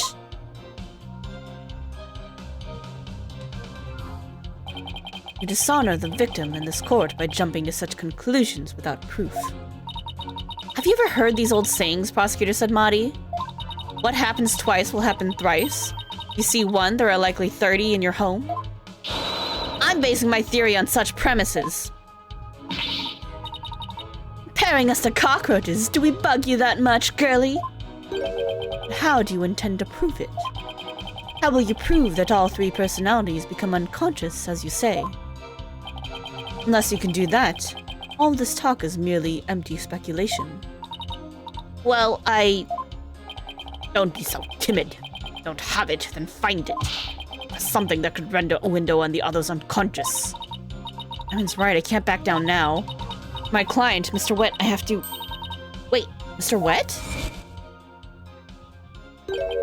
Let me rush? Maybe if I were a lump of regular flour dough for udon noodles. I'm fresh like my soba. You don't let soba rest. It's all about the 3 freshes. Grind the buckwheat seeds fresh, cut the dough fresh, and boil the noodles for...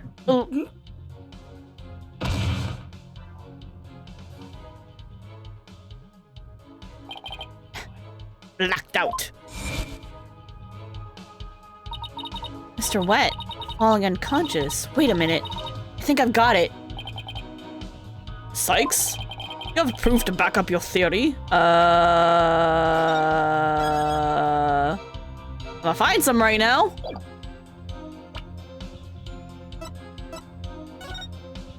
Oh yeah, they probably drank together. They probably had a drink together. There's 2 cups.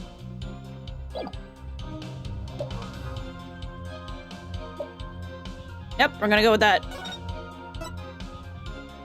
I mean, why would he have 2 cups if there weren't... Yeah, there's 2 drink cans in the fridge. Who else would be eaten with? That's a lot of food. Yep, I'm on it. Yes, Your Honor, I do. The proof is right here in this crime photo. Is? In that case, please point out what supports your theory.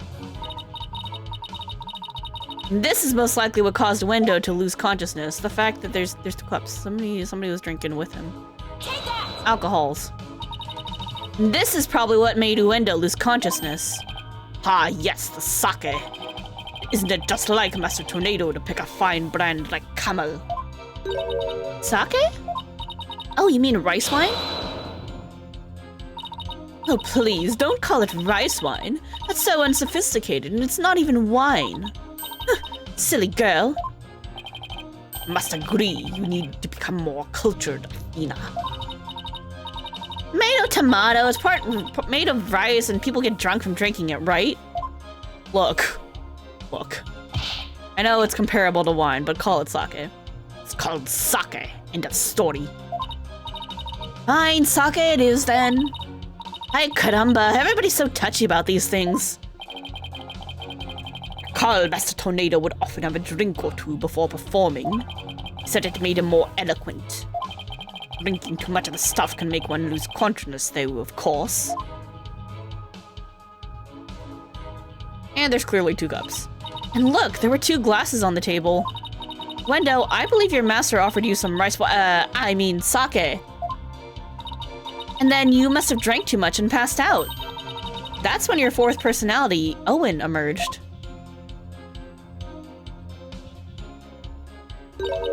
I drank sake. Oh, that's a good one. You have a real sweet tooth, you see. So yes, we did accept a sugary red bean bun. But since we really dislike sake, we said no thank you to that. And believe it or not, we're really weak when it comes to booze. Even a tiny drop can knock us right out. So you see, I had a sweet maju bun, but I didn't drink any sake. What? That can't be right. Defense demands that the glasses be examined right away. Amateur. You really think I had not already done so? Your foolishness is beyond the pale. Don't tell me! There was no trace of the witness having touched either of the glasses, naturally. Right, of course. Sykes, would you like the witness's statement added to his testimony? Yes, please, Your Honor. Very well. He had a manju bun, but he didn't drink any sake. No, wait, hold on. Not present. I want to look.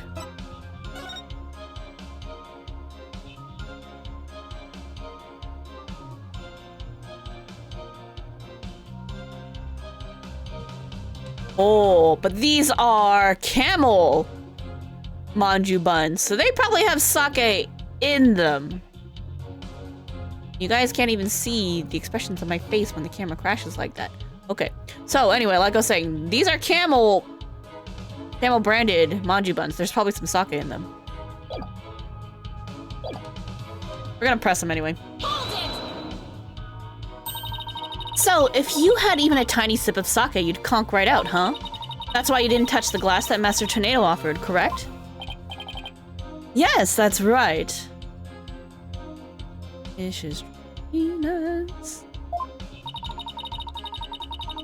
Then maybe you ate something that had sake in it as an ingredient?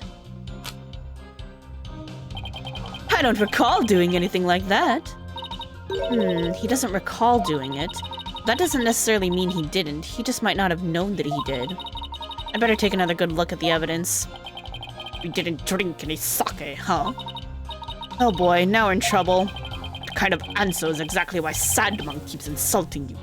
Now, use your head. There are countless ways Wendo could have gotten sake into his mouth besides drinking it. Well, I don't know about the countless part, but... nothing. Some thought and you'll figure something out. So the witness must have had something that contains sake. Is there anything in the court record that hints at something like that? Yep. Yep. How dare we treat him like a criminal based on mere conjecture? We're just gonna present the manju. Oh wait. Here we go. Objection!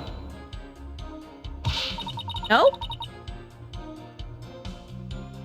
Hold on. Did I do it on the wrong one? He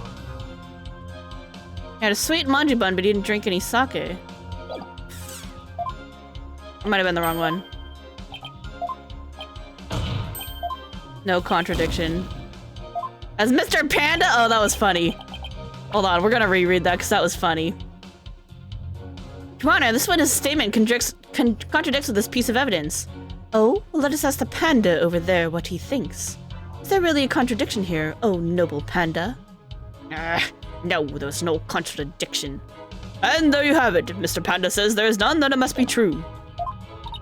Yikes, down, boy.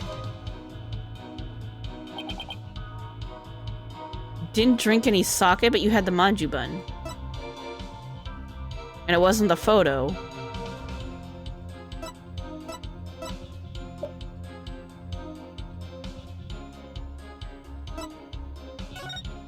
Did I click the wrong thing?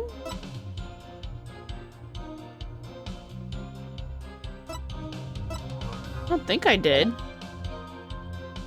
Well, let's go back and press the other thing. How dare we treat him like a criminal based on mere conjecture? Since nobody involved with this case is named Owen, we have to explore the possibility that he's a hidden fourth personality of yours. After all, the card read Owen Fourth. Cards, plural, read Owen Fourth. How can you be so sure that that's what the cards really mean? What else could they possibly mean? Well, for example... Owen, the fourth hitter! Who in the world is that? He's a baseball player, a really great one, too. Owen Gonzalez, 36 years old, he's a cleanup, fourth place hitter, of course. Such a famous baseball player was there, hanging around in the theater. He would have drawn a lot of attention to himself, don't you think? Well then, how about this? Maybe it means O and fourth, like I-O and 4,000. Who is this mysterious N person? What? N isn't a person. It was Shisha's favorite hobby shop, Enjoy. It was a huge model train collector. I see. Maybe he owed the hobby shop some money, so he left a note to remind himself. In Karuta cards on the table? Shisha worked in mysterious ways. Are you even taking this seriously? I'm being completely serious. The point is, O and fourth could mean just about anything. I suppose you're right. I guess I'd better approach this from a different angle. You ate a sweet manju bun, but that's the issue here, is that you ate the manju bun, which is camel brand. Okay. What can I look at in here to point out that that's the issue?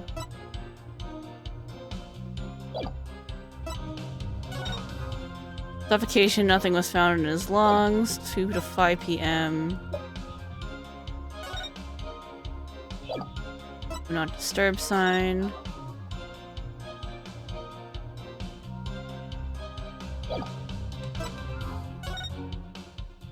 Tornado was confirmed alive at 4 p.m.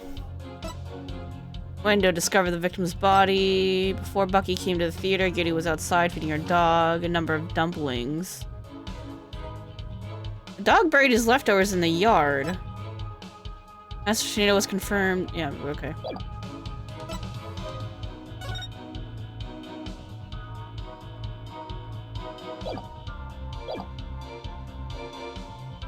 How is it not the photos, or did I not click the photos? What else could it be?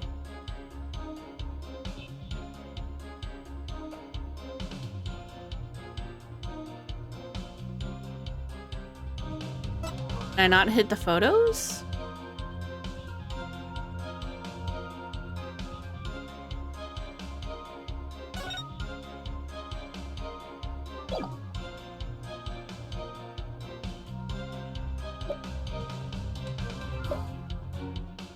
Save the game? Oh, you're right. We'll save. You're right. We'll save, and then if it's... We'll try the photos again. If it's not the photos, we'll just restart it. We don't have to sit through everything. Objection! Yeah, that's so weird. I'm like, what else would it be if not the photos?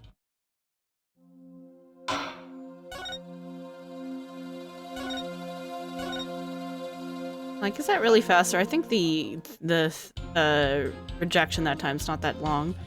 Okay, I'm pretty sure it's something here. You did eat a manju bun.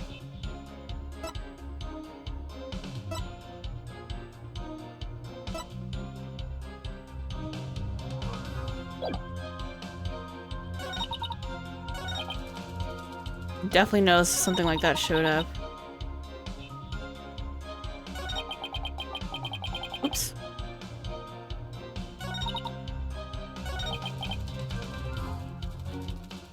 Maybe it's right there.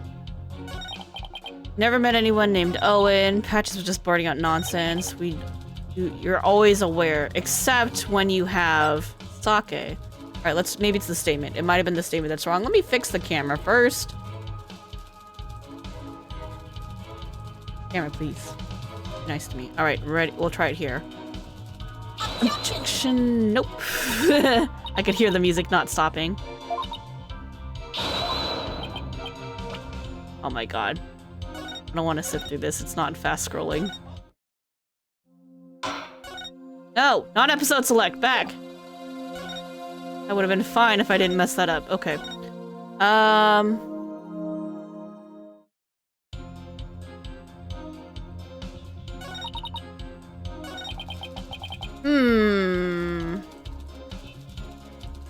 You're always aware, except you were probably unconscious because of the manju.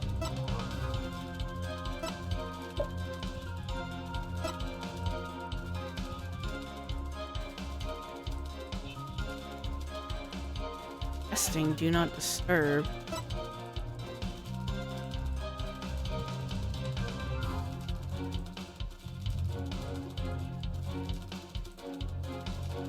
Oh, on camel paper. Hold up. Hold up.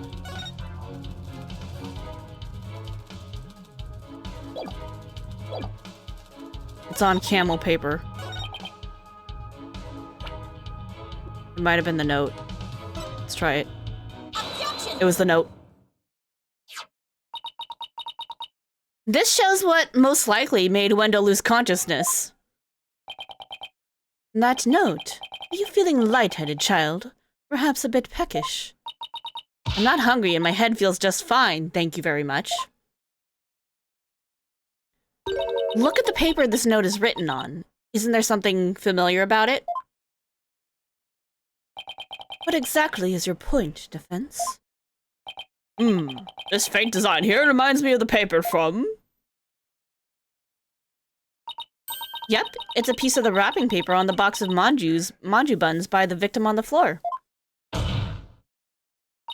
Wendo, you may not have drunk any sake, but you did eat a sweet red bean bun, right? Well, yes, that's right. I don't know if you're aware of it or not, Wendo, but I believe that manju ate caused you to fall unconscious. Bean bun? But how? Because those buns contained a secret ingredient. A very punchy secret ingredient at that. A punchy secret ingredient? Yes. The design on the wrapping paper matches that of something else in the room. It does? It matches the sake! Take that! Camel pattern. The same as the one for camel brand sake. Oh. So, just as Wendell said, he didn't drink any sake per se. But he did eat some. Possible. Wendell had a camel brand red bean bun, which boasts a nice shot of sake as one of its ingredients. So the defense is claiming that Wendell passed out after consuming a camel sweet bun, which allowed a fourth personality named Owen to emerge. Is that correct? Yes, Your Honor. That's exactly what I'm claiming. There's one thing that bothers me. Wouldn't the alcoholic content of the buns evaporate as they are steamed?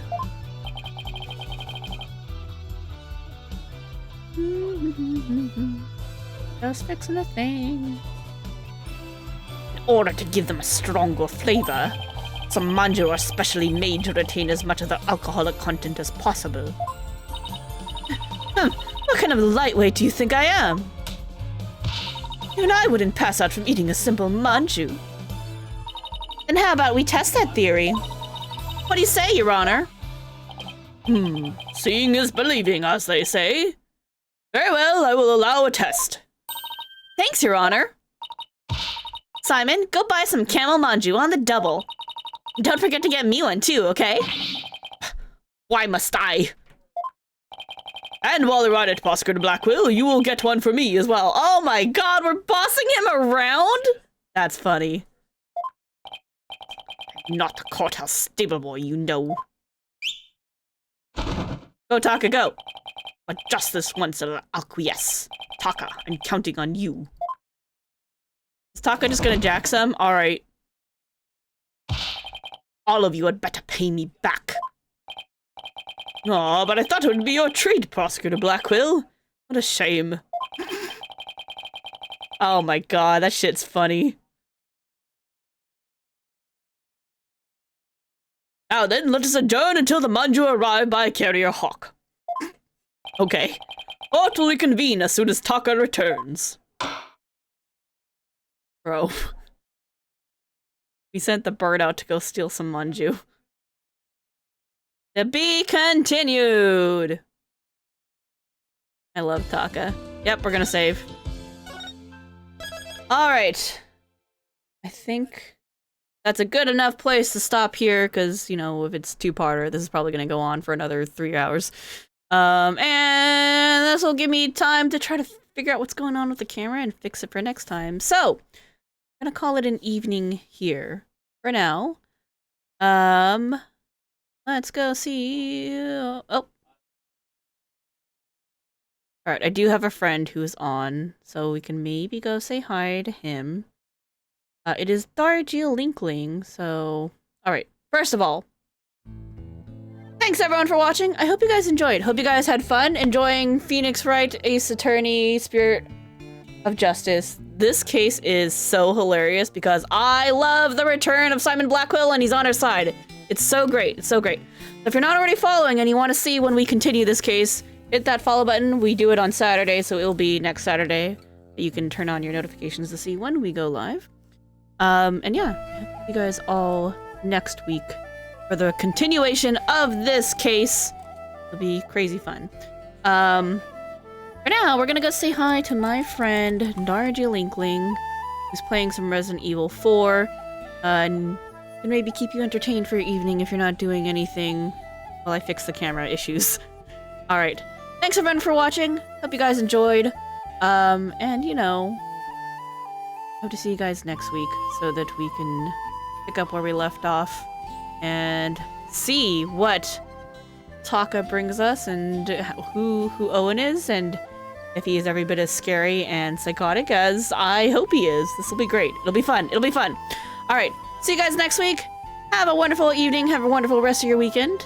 You guys after Thanksgiving, happy Thanksgiving to people who celebrate that if you're in the States and, you know, see you guys next Saturday. Alright, bye everybody. Have a good night.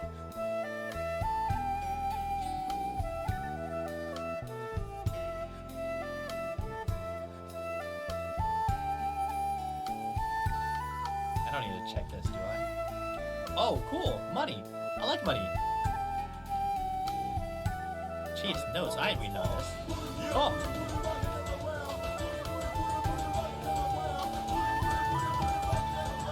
Yo.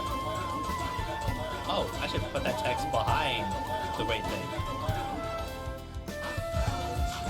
What is up, Raiders? You were playing some of that